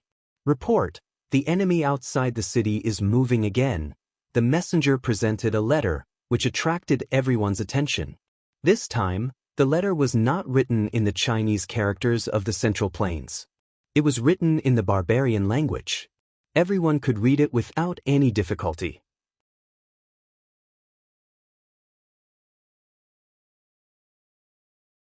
Chapter 10:19. In terms of poison, no one could beat Jiang Pingji. Not only was her mouth poisonous, but her ability to invert right and wrong was something that others could only look up to. It was the 3rd prince who intercepted the right chief minister's trusted aide and took the opportunity to assassinate her. She made it sound like the right chief minister and the 3rd prince had sent their own messengers. She accepted the 3rd prince's surrender and promised that if the 3rd prince helped her to take down King City, she would spare his life. Seeing that the deal was about to be concluded, the right chief minister also sent his men to surrender. Who knew that the surrender was fake and the assassination was real? She was lucky to escape. In her anger, she killed both of them. One of them was burned to ashes and the other was hung outside the camp. The 3rd prince had never imagined that Jiang Pingji would lie. She was trying to force him to his death. The 6th prince glared at the 3rd prince. His eyes were vicious and sinister, as if he wanted to skin the 3rd prince alive. The eldest prince saw the situation and quickly stepped forward to persuade him. Anyone could betray the 3rd prince, but not the 3rd prince.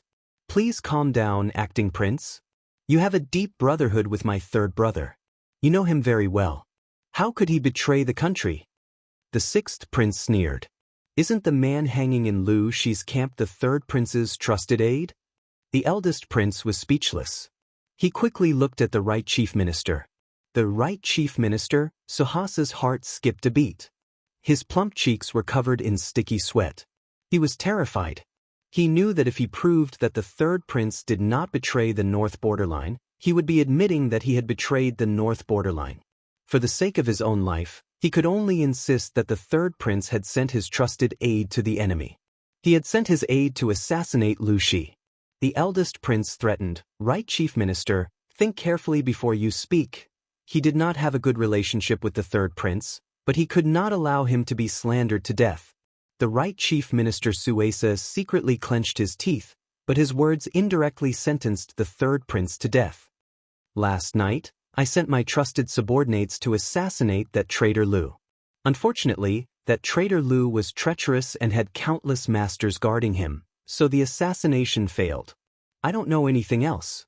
As soon as the right minister's voice fell, the 3rd prince's face turned pale. The scene in front of him was dim and uncertain. His legs were weak and he almost couldn't stand straight. Good, you are really my good brother. The 6th prince laughed in anger and pointed at the 3rd prince. Guards, now that we are facing a great enemy, we brothers should work together to fight against that traitor Lu. How can we fight among ourselves and harm ourselves? The 1st prince tried to stop him. Acting king, you can't trust the words of that traitor Lu. Didn't that demonist set up a scheme to make you kill 3rd brother? The 6th prince was so enraged that half of his face had turned ashen. How dare you? Are you the substitute king, or am I the substitute king? There's no place for you to speak here, back off. The 1st prince had no choice but to retreat. Although the 3rd prince was not killed on the spot, he was arrested and imprisoned.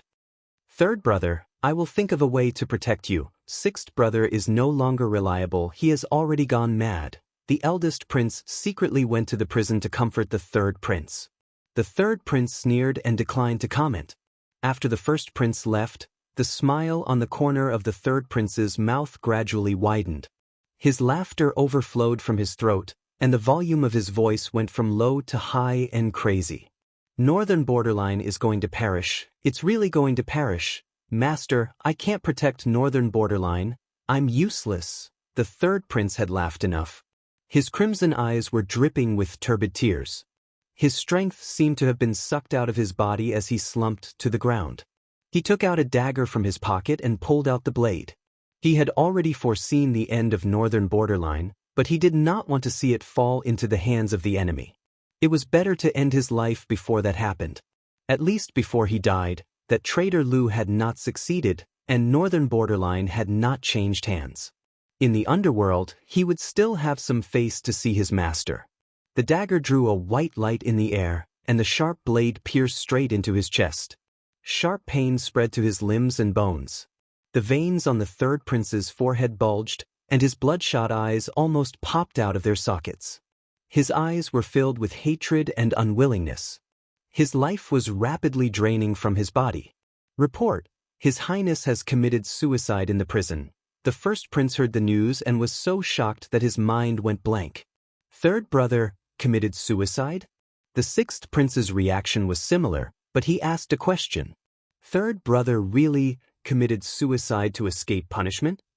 The third prince still had a younger brother who tricked his brother, the fifth prince.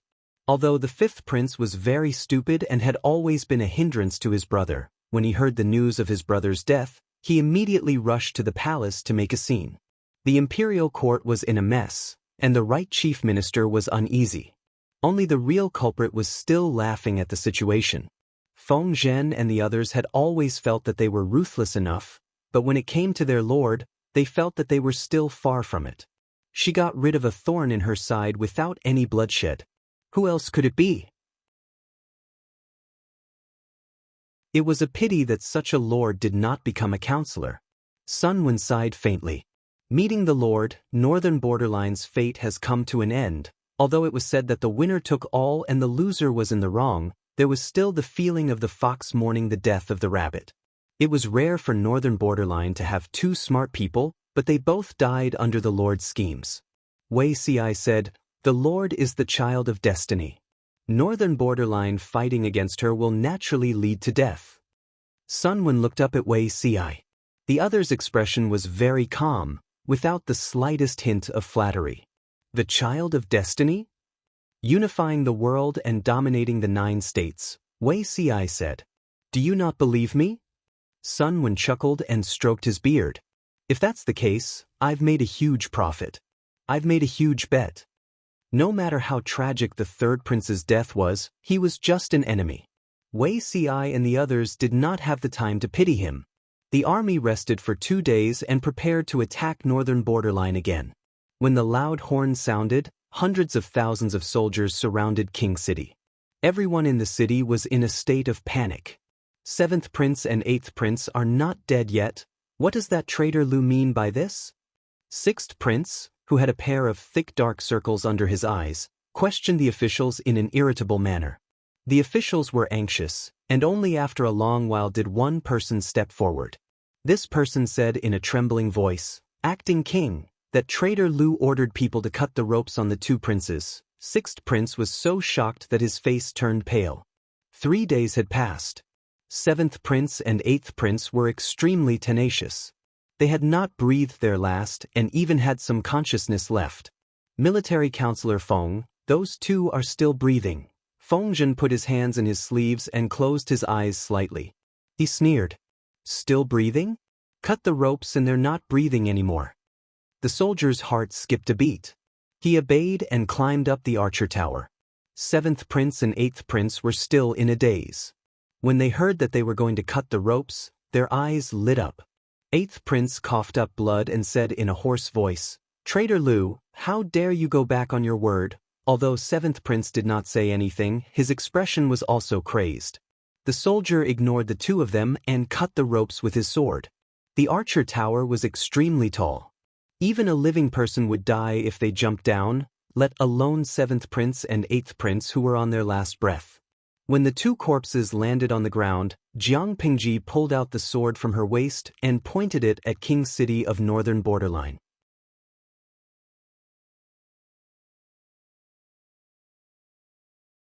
Chapter 1020.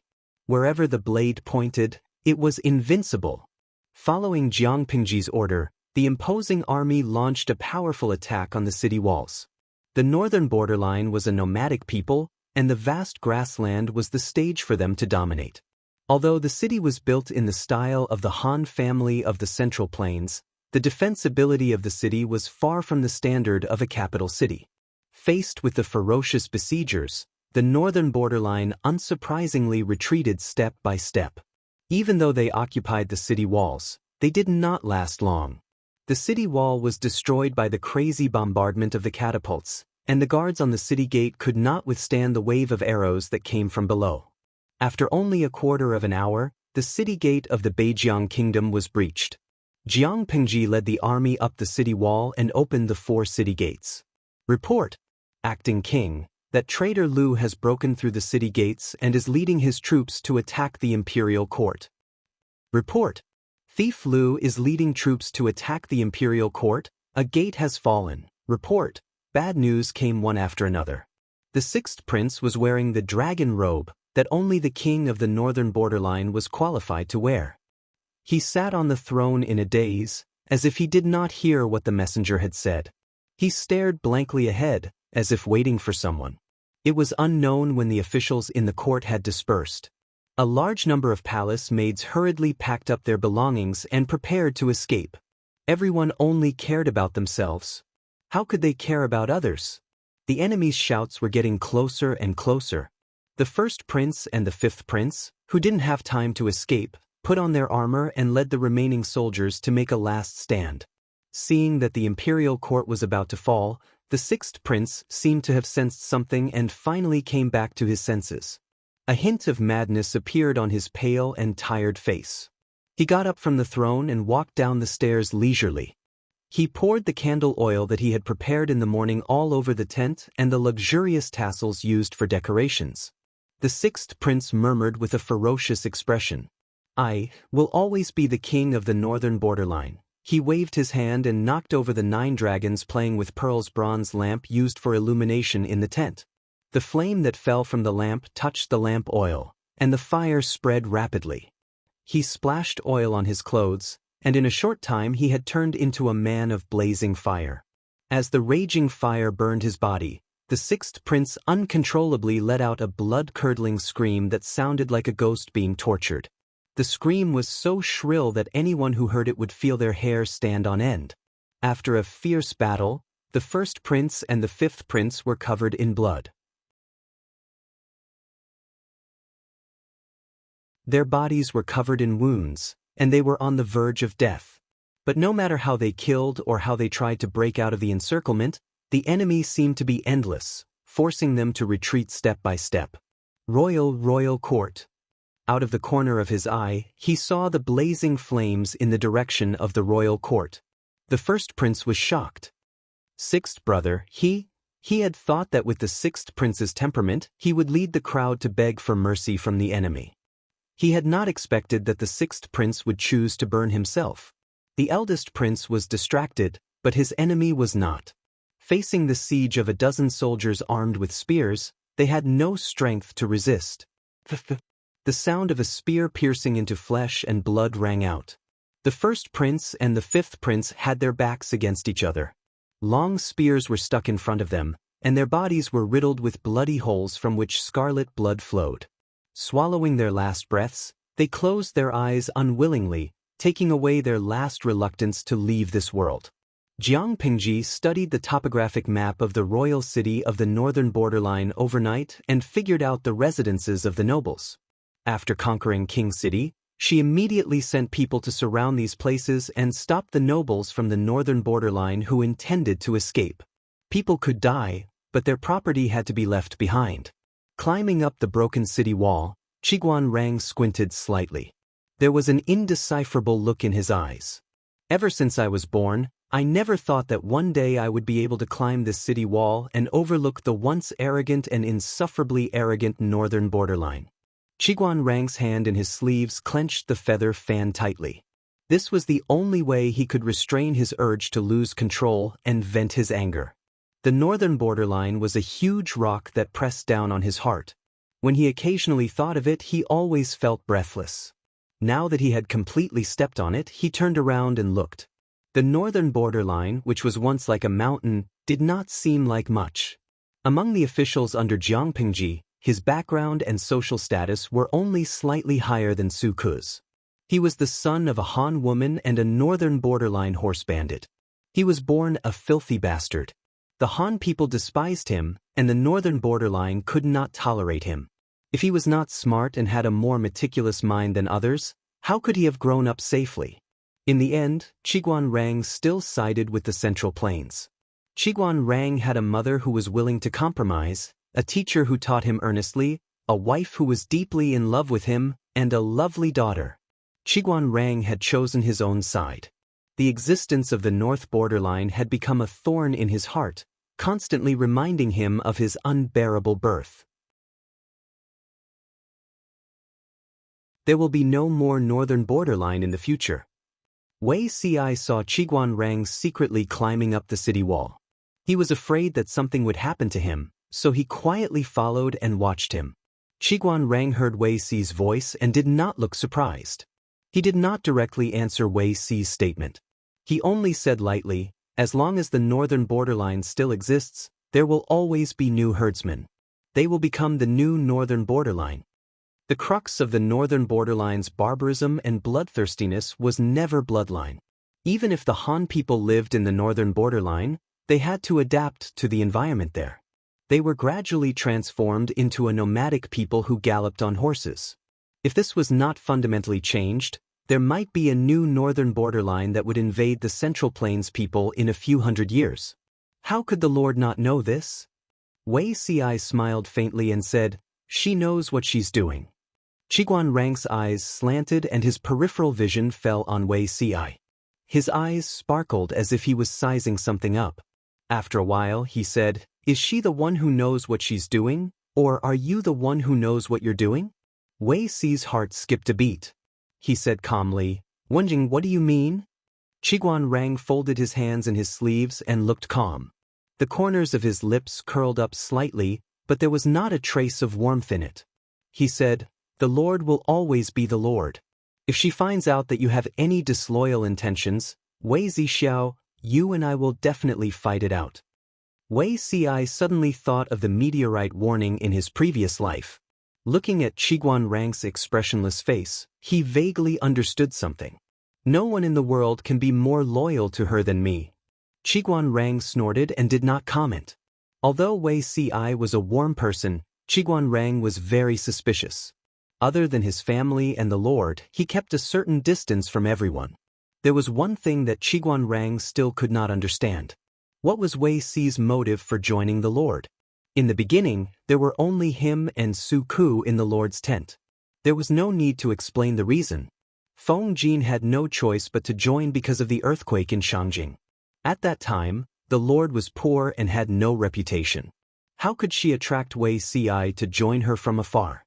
Because he could not figure it out, Qiguan Rang's suspicion towards Wei Ci had not been let go until now. The two of them descended the city wall. The battle cries in the city had gradually subsided. The air was filled with the smell of burning. Qiguan Rang sorted out his emotions and regained his usual composure. You're tuning in to the Wang Lin's Journey YouTube channel. Don't forget to subscribe and join us on this journey to catch the most captivating stories.